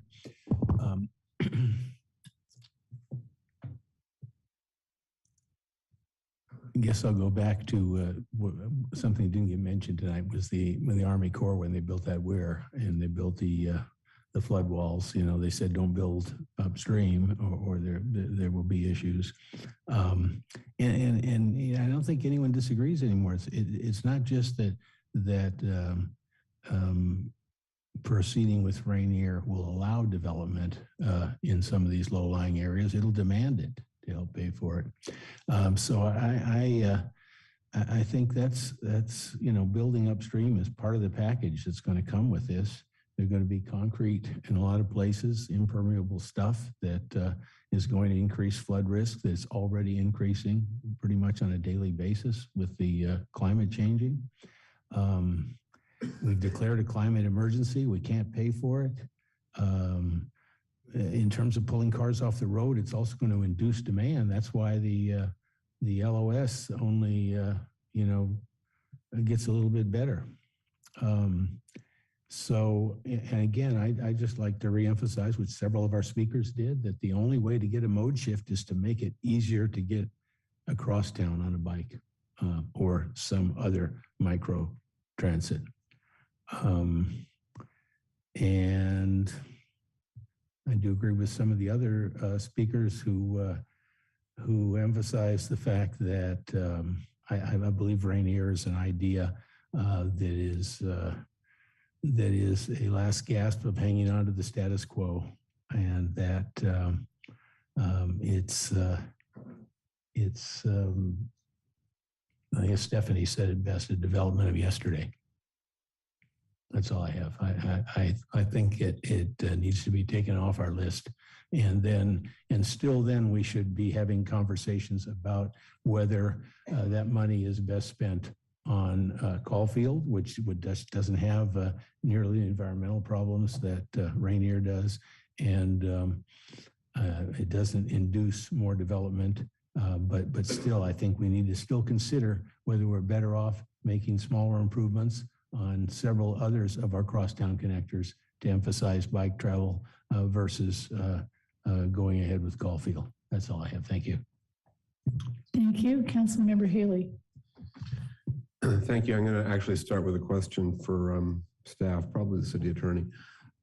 If the council were to follow the mayor's recommendation to drive a stake through Rainier's Heart right now, remove it from the current general plan, what would be the impact of that in terms of our current planning and our current general plan EIR?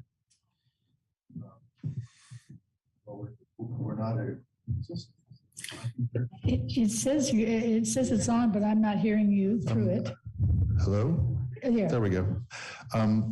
It would, well, we're not agendized for that tonight, but it would be a far-reaching impact. And I don't know, maybe it's helpful to remind the council that as the council is discussing, as the public has been commenting upon, we are here to hear direction and prioritization of the crosstown connector options.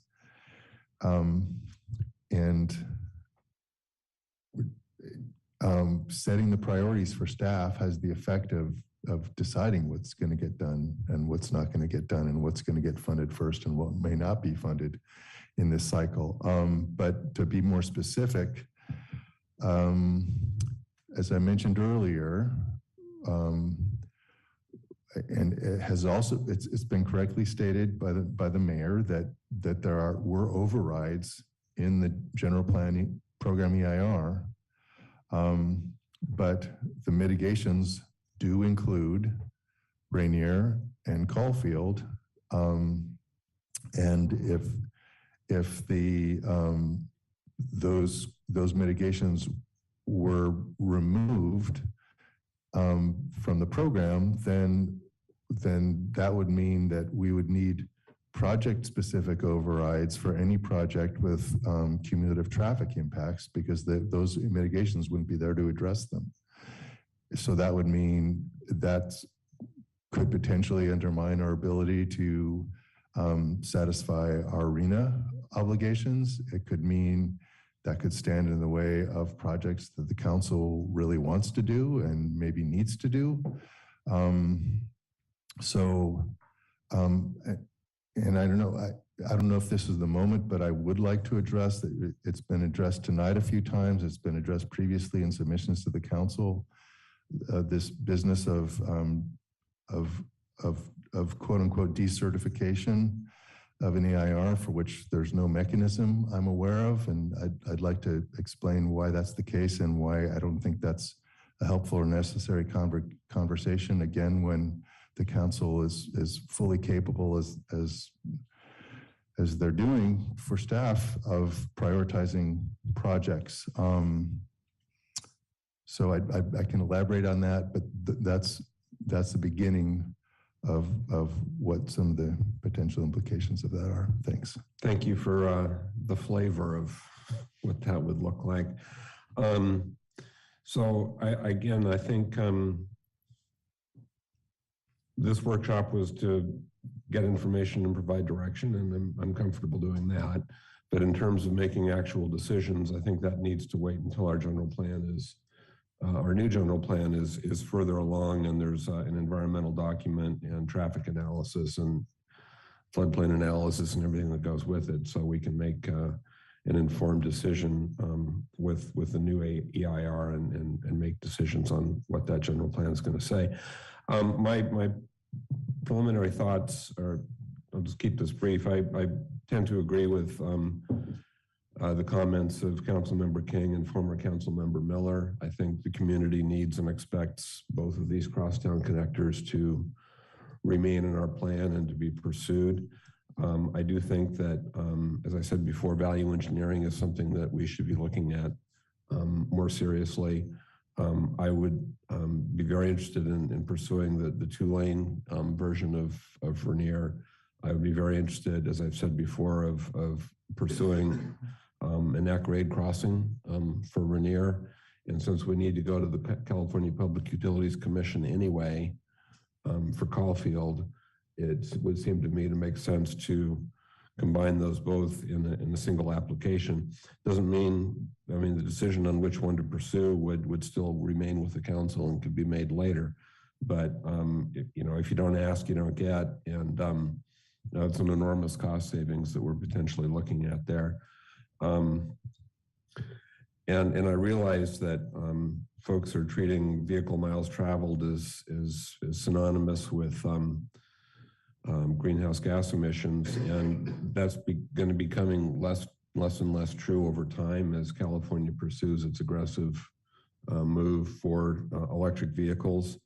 I was stunned to hear one of our public commenters actually take the position that congestion is good. I think there's an undercurrent of that in some of the council majority's comments, but I don't think that's what the community wants to hear at all. I would remind folks that we just spent $7 million of taxpayer funds to achieve the Rainier undercrossing structure to enable Rainier. And I'd also remind folks, and this kind of comes back to Councilmember King's comment, that it doesn't go unnoticed that the vast majority of the people speaking in opposition to Rainier are West Side residents, not 100%, but almost. And the last time the public got a chance to weigh in on this, 72% of Petaluma voters supported pursuing the Rainier crosstown connector. And that ballot measure actually specifically said at grade. And I don't think that's changed much. And despite what some folks have said, the city has actually put quite a bit of effort into synchronizing traffic signals on the East Washington corridor. And the effect is what it is, but I think we've run out of tricks for making more traffic run smoothly on East Washington. We've done a lot of little tweaks over the years, and I don't really see any more any tricks in that bag. So I would leave it there. As I said before, I think we should have an LOS component to go with our VMT CEQA standard because that's what the community cares about. And I will leave it at that. Thank you. Thank you, Councilmember Barnacle. Thank you, Madam Mayor. So our Nexus study was supposed to collect $173 million. We've got about 32 million in the bank, and per the report that we got earlier this year, we spent about 6.1 million of that. So while we've been stockpiling the money and getting all the development, we haven't really been investing in our infrastructure. We've invested $6 million of what was supposed to be a $173 million program. I concur with Councilmember McDonald that 2.5 minutes isn't necessarily what I think people are thinking about. It comes out to be about $36 million per minute of traffic relief if we use the 4-lane, and it comes out to be about $18 million per minute if we use the 2-lane.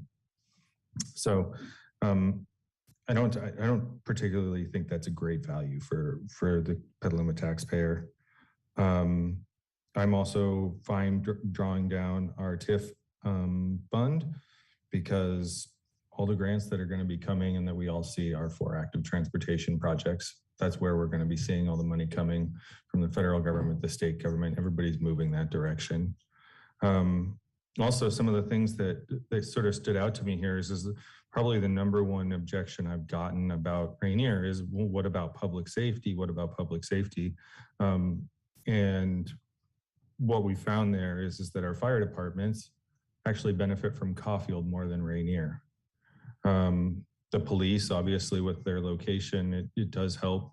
Also, police are stationed out and around the community too. So I wonder how much actual calls for service are coming from the police station versus being out on patrol and needing to get around. And all that sort of begets the real issue that our police facility is too small. It was too small when they moved in, and hopefully we're going to be giving them a modern facility. So when there's one project that costs half as much, improves the level of service for our fire department, and could be done sooner, it feels like that's the one that we should be moving forward with and advising our staff to move forward with. I still had, like, it's really alarming that the first question out of the gate from Councilmember Fisher was a question that we probably have been asking ourselves for 50 years and we still don't have an answer for. I don't think that the Petaluma taxpayers approved Measure U so that we could build Rainier. I think they wanted a lot more for their money than a road that costs $36 million per minute of traffic relief. So, you know, at some point, having both of these projects in there becomes misleading, and at some point, misleading the public becomes lies. And when I go out, like as an elected official, it's very important that we listen to the community and that we make decisions based on what we hear from the community. It's also really important to educate the community about what we read in these reports, because they don't have the time for that. And when we have articles come out talking about all this great traffic relief and never mentioning how much it costs or how we're going to pay for it, of course they want that. Everybody wants that. I want personal maglev, but it costs a lot of money, and we don't have the right-of-ways for it. So we have an important job to do in educating the public, and we haven't done that if we're still talking about Rainier, because the truth is we don't have any way to pay for it. It doesn't do that. It doesn't do a whole lot of good for our traffic situation. It certainly increases the risk of flooding to our Midtown neighbors on the Payround area. And I don't know how we can, in good conscience, say that it's good for the community. You know, yeah, we might hear from the community that they want it, but as soon as you start educating people and you show them, oh, well, this is what it's, what actually it means. Did you know that, the 2019 Crosstown Connector Workshop had 975,000 square feet of commercial space and up to 615 single family homes in it. And they say, no, I thought it was a road. It's a development project masked as a road, and it doesn't even save traffic. So I'm 100% in favor of putting a heart or a stake in the heart of Rainier, because it's a lie. The community's being lied to. And it's not even good for public safety. That was the thing that I learned tonight. It's not even good for public safety. And that's like the one thing that everybody keeps talking about. So, yeah, let's, if in terms of my preference here, it's fast and furious ahead on Caulfield, so we actually deliver some relief. It's absolutely start working on Corona. I think that needs to be, I'm really happy we're doing the engineering study on that. And I would support bringing back a resolution to decertify the EIR of Rainier to codify our, the council's policy position with some sort of action. So that's my my preference here. Thank you, Council Member Fisher. So I'm going to start my comments also with a question to the city attorney, since it's clear that that the majority does want to drive the stake into the heart of Rainier. So what precisely does that mean in sort of next steps in order to make that actually happen? I don't think it needs much. I think one way if the council wants to put all the other crosstown connector projects in the current program ahead of Rainier, it can give that direction. If the council ultimately wants to come up with a whole different crosstown connector scheme as part of the general plan process and the other implementation steps we talked about, the council can do that. But I don't believe there's a mechanism for a legislative body decertifying an EIR. I don't think that's a thing. I'm prepared to talk through why I think that's the case. Courts can invalidate in the course of CEQA litigation, on procedural grounds or substantive grounds, actions taken under CEQA, and they can remand those back to the lead agency to address those. But the statute's long run on the Rainier EIR, in certifying it, the council had to find that it was completed in compliance with CEQA and was reviewed and considered by the council before project approval, and that it reflects their independent judgment. So, I don't think folks that have been using that term have been really addressing how CEQA works.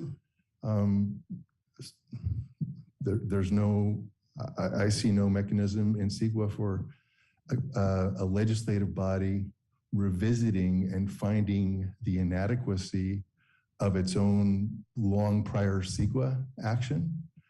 There are mechanisms in CEQA for as an EIR obviates the need for further CEQA unless there are special circumstances. For example, substantial changes have been proposed for a project that weren't addressed in the prior environmental analysis, or substantial changes have occurred in the circumstances under which the project is to be undertaken that would require major revisions to the environmental document, or specified new information of substantial importance has become available. That's all in accordance with section 15.162 of the guidelines. So if despite the council placing priority on other projects, we were going to get around to, if that's the will of the council and the direction of the council, it was going to be time to work on Rainier. Those factors could become issues requiring more CEQA, but I would say to the council that I don't see what the mechanism in CEQA to do that is. I don't see what the need is. It seems like some folks, members of the public, would like to try to make it impossible to proceed with Rainier because it no longer had valid CEQA approval, but there's not a pathway to do that other than what I just described in terms of what we refer to as changed circumstances. And Eric, can we just add that the implication of doing that would require overriding consideration on every project that came forward? Right. So as I mentioned, those crosstown connector projects that are 100% funded by future development, Caulfield and Rainier, are CEQA mitigations that all of our project approvals that have cumulative impacts on traffic tier off of. So that means any housing project, any civic project, any project that has cumulative impacts on traffic, if it weren't able to tier off those mitigations under our current general plan and our current general plan EAR, would need overrides. And maybe a council would find those overrides. It's possible to do, maybe they wouldn't. But that's, you know, I don't know what, you know, because as I said, there's no mechanism for this, this decertification to which people are referring. Can I add, and I'm just going to jump in, can I add that I think the simplest way to put a stake in the heart of Rainier is moving forward with Caulfield because of the financing piece of it, right? I mean. Right, and another way of looking at the council's prioritization decisions about the capital improvement projects in the development fee programs is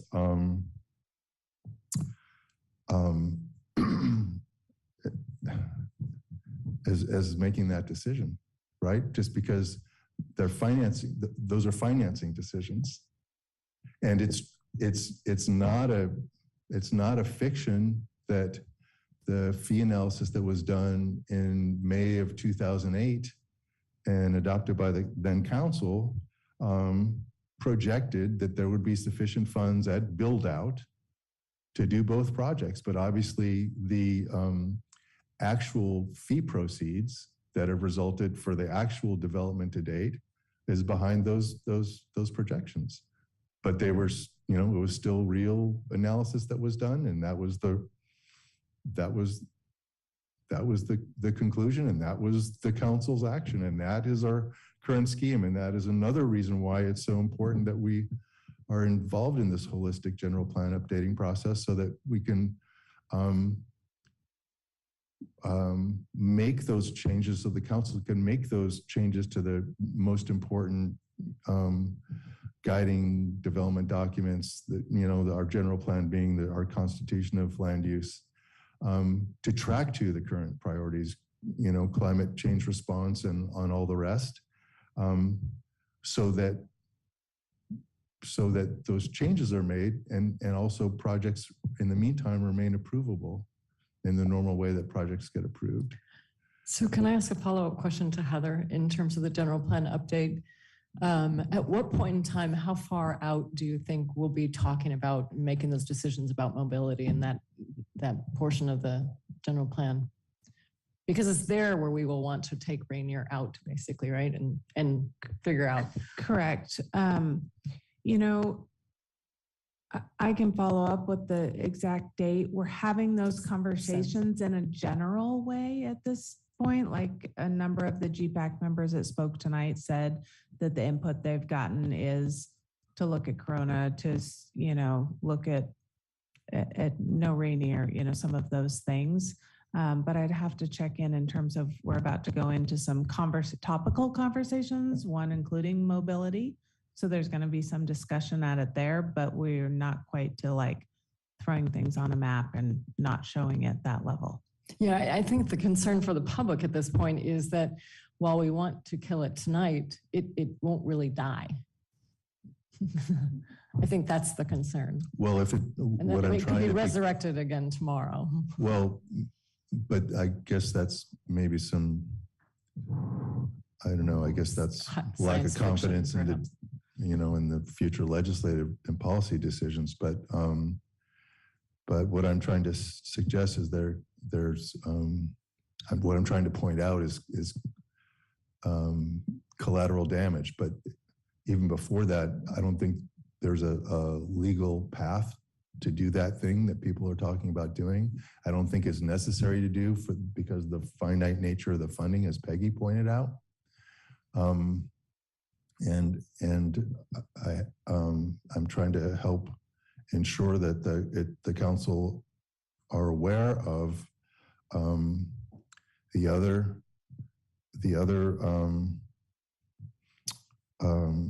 the reliance that the council has on the ability to approve projects with traffic impacts on the current fee structure and the current general plan. Well, isn't it true that we want to approve projects that don't have traffic impacts? That are around our train stations and our transit hubs? Well, would they still have traffic impacts that would need to be mitigated? So the way CEQA works is what it emphasizes in the first instance is approving that kind of projects that don't have environmental impacts, and then talks about, addressing them when they may arise so that they can be avoided or mitigated. So I think that's maybe a little bit of a rhetorical question. I assume that is true, but that doesn't change the scheme that we have. Eric, can I add too that all projects have an impact on traffic? Even the best design projects are going to have some cumulative impact on traffic in the community. Fair enough.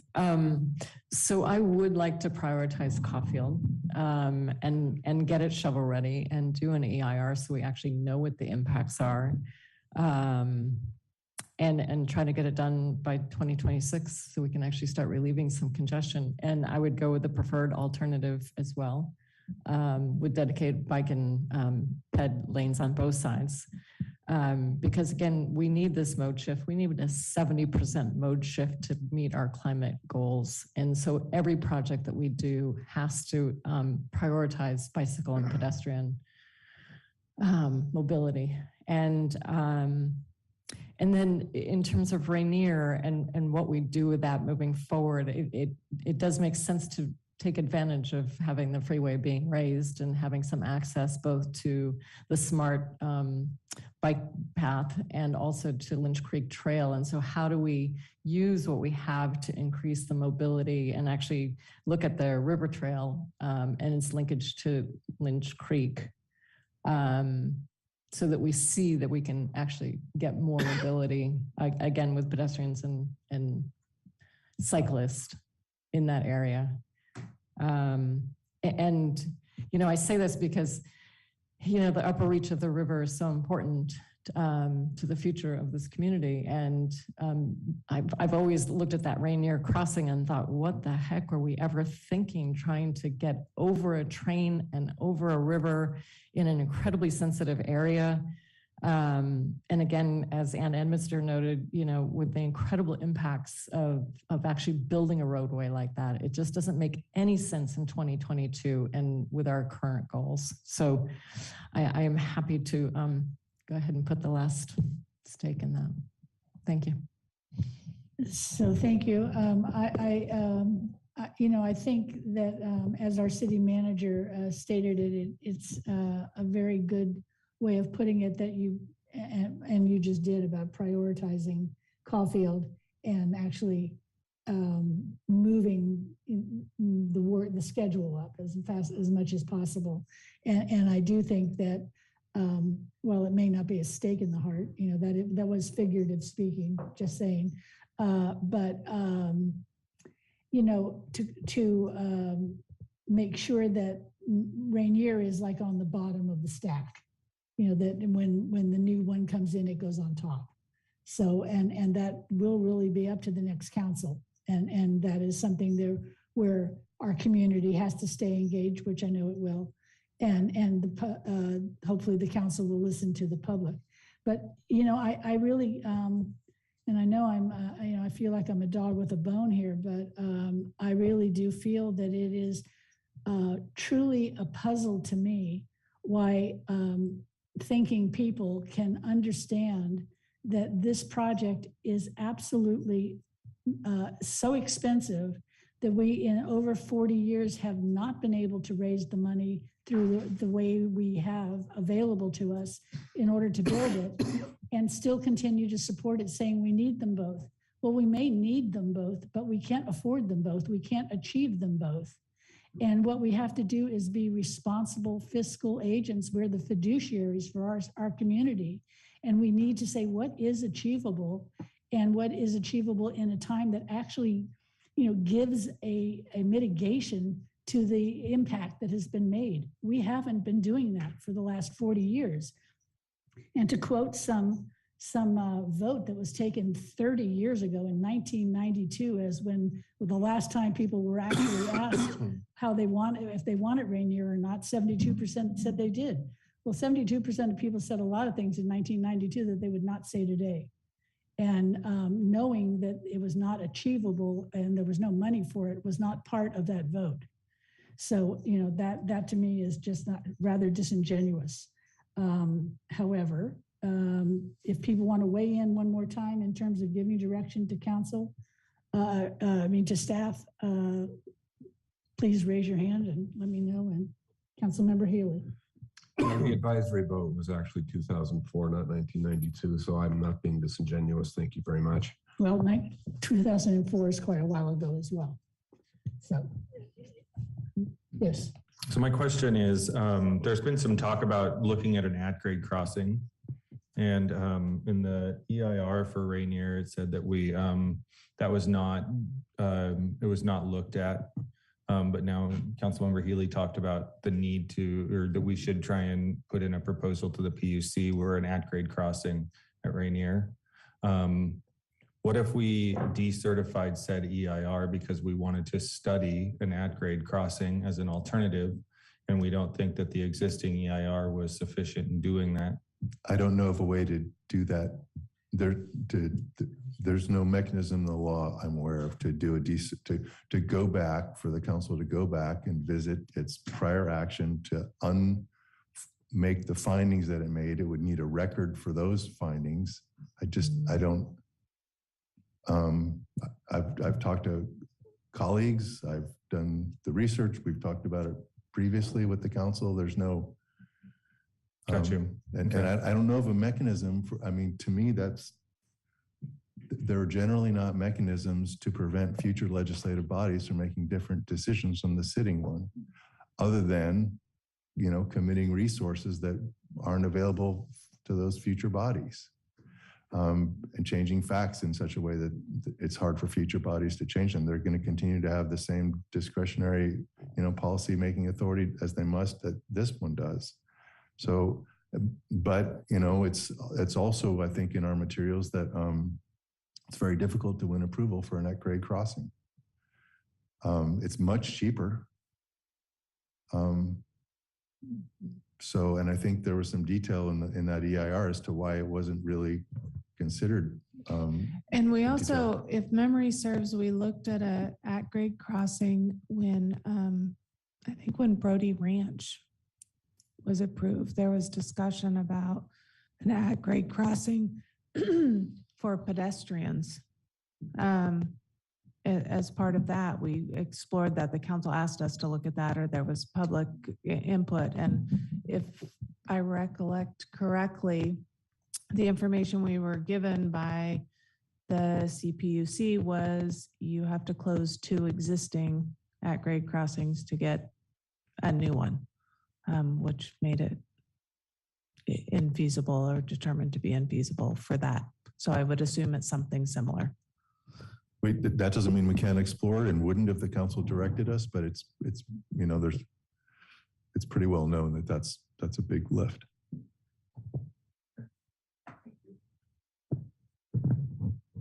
Any other comments from anyone else? Okay, does staff feel like they know where the council wants to go? Yes, thank you. Okay, well, thank you. And thank you for this workshop. And thanks to everybody in the community who has contributed to it. And we are now going to go on to general public comment on items that are not on tonight's agenda. And I will ask our city clerk if she has received any general public comments on items that were not on tonight's agenda. Yes, Madam Mayor. We received one general public comment, which is posted online with the agenda packet. Thank you very much. And I have one speaker in the council tonight who would like to speak on general public comment on items that are not on tonight's agenda. And then we will see if there's anybody in the Zoom audience who would like to do that. Thank you, Madam Mayor. At this time, I will start at 30-second clock for general public comment. Members of the public attending in person should bring their speaker cards to the clerk's desk if they have not already done so. Members of the public attending online or by phone should raise their virtual hand or press *9 if participating by phone.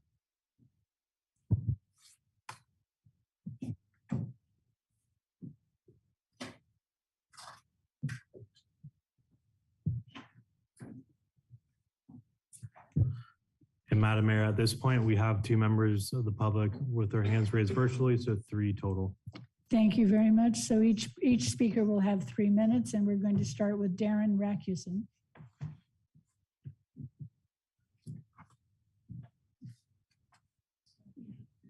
Oh, I'm sorry. Oh.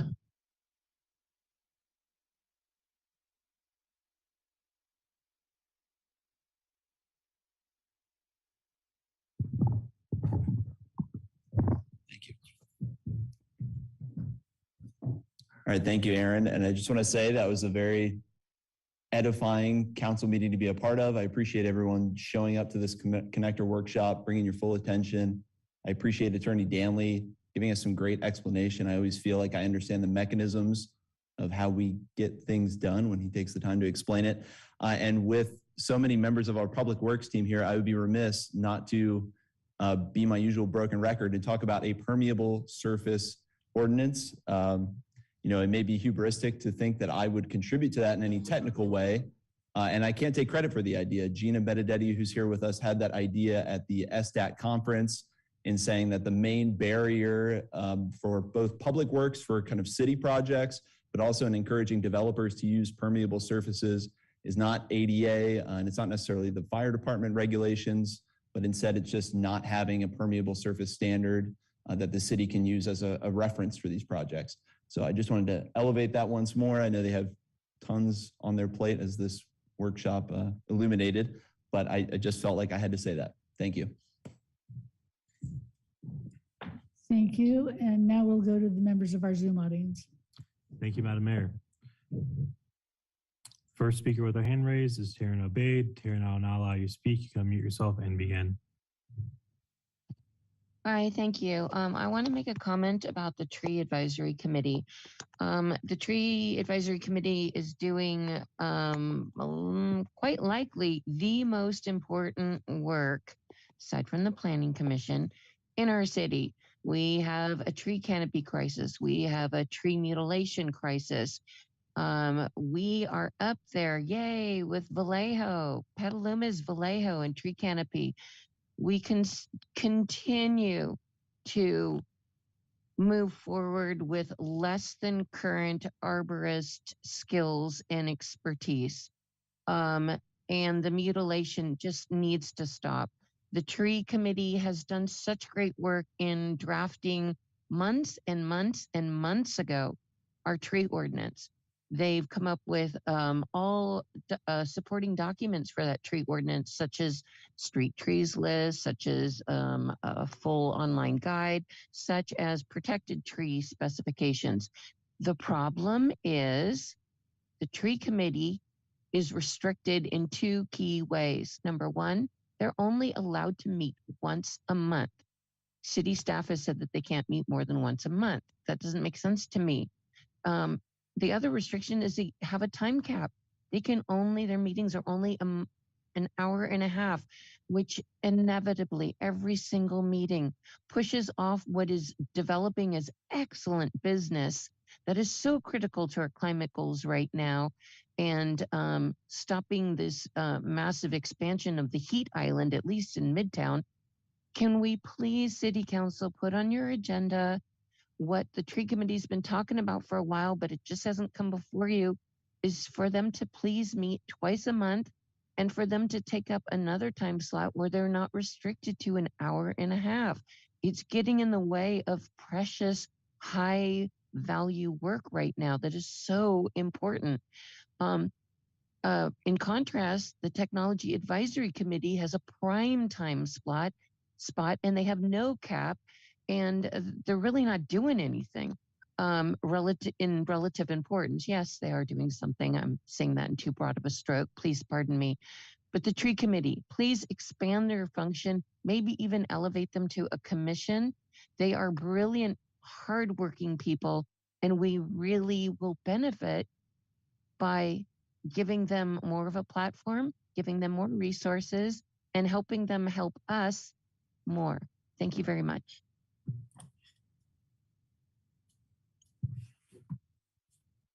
The last speaker that I have is Susan Kirk. Susan, I'll now allow you to speak. You can unmute yourself and begin. Thanks, Aaron. Again, appreciate how you moderate these meetings with neutrality and without overly assertion and over-assertion and judgment.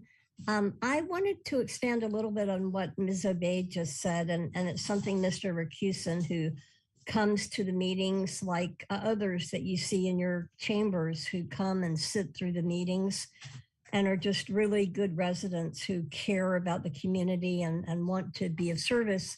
One of the reasons we only have a tree advisory committee and not a more expansive open space, natural systems, environmental committee is simply because of all the cities in the county. We're pretty low on the rungs of the ladder with environmental awareness and staffing with environmental awareness. And I think this is an area where we must really improve, and we can improve. And this directly relates to something I've been talking about. And it's also directly related to the terrible damage that's occurred to the habitat with displacement of wildlife caused by the city of Petaluma at the Paula Lane open space property, and over $1 million investment in public funds. We really need to have open space policy. We need to have an understanding of how to bring that policy into protocol and practices, funding resources. And with the 30 by 30 initiative that the governor mandated, that's now very generously funded by the state budget, we have many opportunities that Petaluma, unlike other cities in our county, has never, ever taken advantage of, and we can. So I applaud Mr. Rakusin and Ms. Obeid's comments and their request. And I do appreciate the work of the Tree Advisory Committee. I do appreciate the very, very prominent profile of the new nonprofit Relief and all of the PR that group has gotten. There are other organizations that have been in our community and in our county for 20 and almost 60 years. That bring the kind of experience that could help us in our community do what our residents want. And finally, I would just like to say, yes, I live on the west side, but I am in East Petaluma more than I am at my own home. And I care deeply about all residents in all areas of Petaluma. And I want to see all Petalumans represented. It's not just a matter of East Side and West Side. It's Petaluma. We're a large city. And thank you, Susan, but your time has expired. Madam Mayor, that's the last hand raised. Thank you very much. And with that, we'll close general public comment. And I will go to the council for council comment, and I will start with Councilmember Fisher. Thank you, Madam Mayor. In terms of my liaison assignments, I did have a Sonoma County Transportation Authority and Regional Climate Protection Agency meeting earlier today, all afternoon, where we actually just approved the 4 budgets for those agencies. And we did hear that the Smart Path did open today. I was told today it would be by the end of the week. So that's exciting news, so we can go from Payran to South Point again. And just wanted to note that we had a very successful Petaluma Pride, the very first Petaluma Pride on Saturday, where we had a number of elders and families that showed up and showed their support all afternoon and then paraded down the streets. So thank you. Thank you. Councilmember Barnacle. No report. Thank you. Councilmember Healy. Sure. So two things briefly in light of the hour. As your WAC member, I and our TAC member, Dan Herrera, had an interview today with folks who are working with the water agency about process going forward on Potter Valley. I think that's going to be process heavy. It's going to be slow. And I will report back in when there's more substantive to be said about it, but they're kind of struggling, trying to figure out how different stakeholders want to be engaged on that. So that's one thing. And then secondly, the North Bay Division of the League of Cities has actually hosted coffee chats with the two assembly candidates recently. And I asked both Damon and Sarah the same question and got the same response, and the council might be interested in this. The legislation that structured the governance of the Smart District was written about 22 years ago by Assemblymember Joe Nation. And among other things, it gives the City Council of Novato and the City Council of San Rafael a guaranteed seat on the Smart Board. And it's kind of odd that Santa Rosa is the largest city in the district, and Petaluma, essentially tied with San Rafael for second, don't have a guaranteed seat. And they both thought that that's something that needed to be fixed. I've had the same conversation with Senator McGuire, got the same response. So I'm looking forward to hopefully seeing a bill in January. That's good to hear. Seems fairer. Council Vice Mayor. I had an airport commission meeting that was scheduled, but canceled due to a small pavement failure on the airport that had to be treated emergently. And also, yeah, I was honored to be serve as a safety monitor and medic for the first Petaluma Pride celebration. Thank you. Councilmember McDonald. No committee reports, but I am very excited about Smart's ribbon cutting on 22nd, 10 a.m. And, I hope everybody shows up with their bicycle and takes advantage of it. Thanks so much. And that's 10 a.m. on the 22nd. 22nd, yes, coming yes. up. So tell a friend. Okay. So Councilmember King. Thank you, Madam Mayor. I do have a liaison report from Sonoma Clean Power. We met last Thursday. I'll have a more specific report about what happened at the meeting, but one of the things that did occur was that we had our first meeting at the new headquarters. It was hybrid, and 4 of the 11 of us showed up live. And the headquarters is very unique, and I won't get into a lot of detail, but it's apparently the first grid optimal building. I'm not sure if Jeff Cipher is the CEO of Sonoma Clean Power said in the world or in the United States. And to give you an example of the grid optimization at the building, and it's just one example, is at the EV charging stations in the parking lot for the headquarters. If you go to charge your EV and the grid is heavily impacted, charging either slows or stops automatically. If the grid is doing well in terms of electricity, if it's midday, a lot of solar power on the grid, it speeds it up. And I think that there are other mechanisms within the building geared in that direction. And I thought, that was extremely interesting and effective. Also, with regard to Sonoma Clean Power, the Advanced Energy Center had its ribbon cutting on Friday morning. I was asked to speak as the chair of Sonoma Clean Power along with Senator McGuire and the chair of the California Energy Commission. And my topic was what Petaluma has done for climate. So I kind of went through some of the major steps that have been taken or that are planned to be taken going forward. The ribbon cutting probably had close to 100 people there, so it was quite a bit. And the center itself is now open, with very limited restriction. So I'd urge anybody that is looking to make any changes in their home to go there, because I think it is really a great clearinghouse. They're not trying to sell you anything. I think you can get an honest answer about products that are available and the impact on your home, in terms of changing over from natural gas to electric appliances. At the meeting itself, there was an extensive legislative update regarding climate bills. And apparently there were 42 of them. So I'm still trying to get a synopsis of the global impact to give a report here that won't take forever. So I will have that in the future at some point.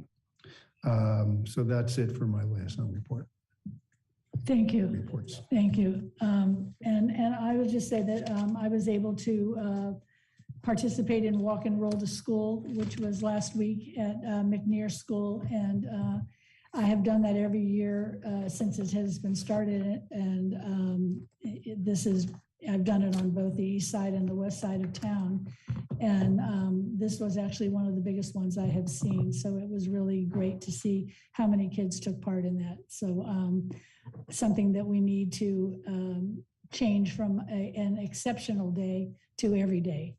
And the other thing I want to say is actually not as good. And that is, I'm sure that all the council members received at least a few emails about the noise from the fairgrounds last night. And this is becoming just a regular event that is incredibly discouraging to hear, because we have been in contact with the CEO of the fair and some of the board members about the problems that go on all around town of absolutely too loud noise for too long on almost every Sunday.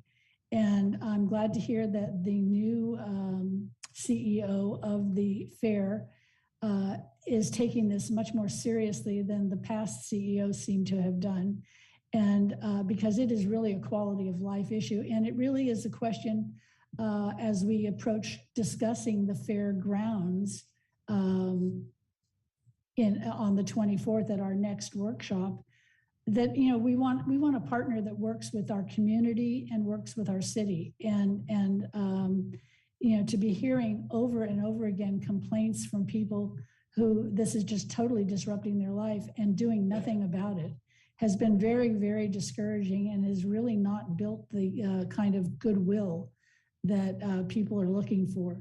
So I'm hoping that that's the last one we will hear. And I have heard that the new CEO is saying that she is serious about changing that, and we will all know about that. So thank you very much. And with that, I'll turn it to the city manager.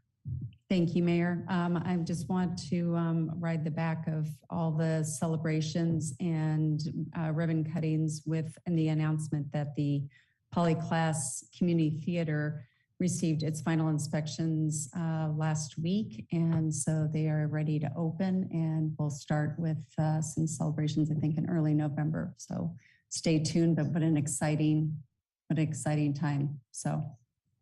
And relatively quickly. And relatively, very quickly, actually. Yes. Yep. So another community working together with good partners. So with that, we will end the meeting at 10:15 or 16. Thank you very much. The meeting is adjourned.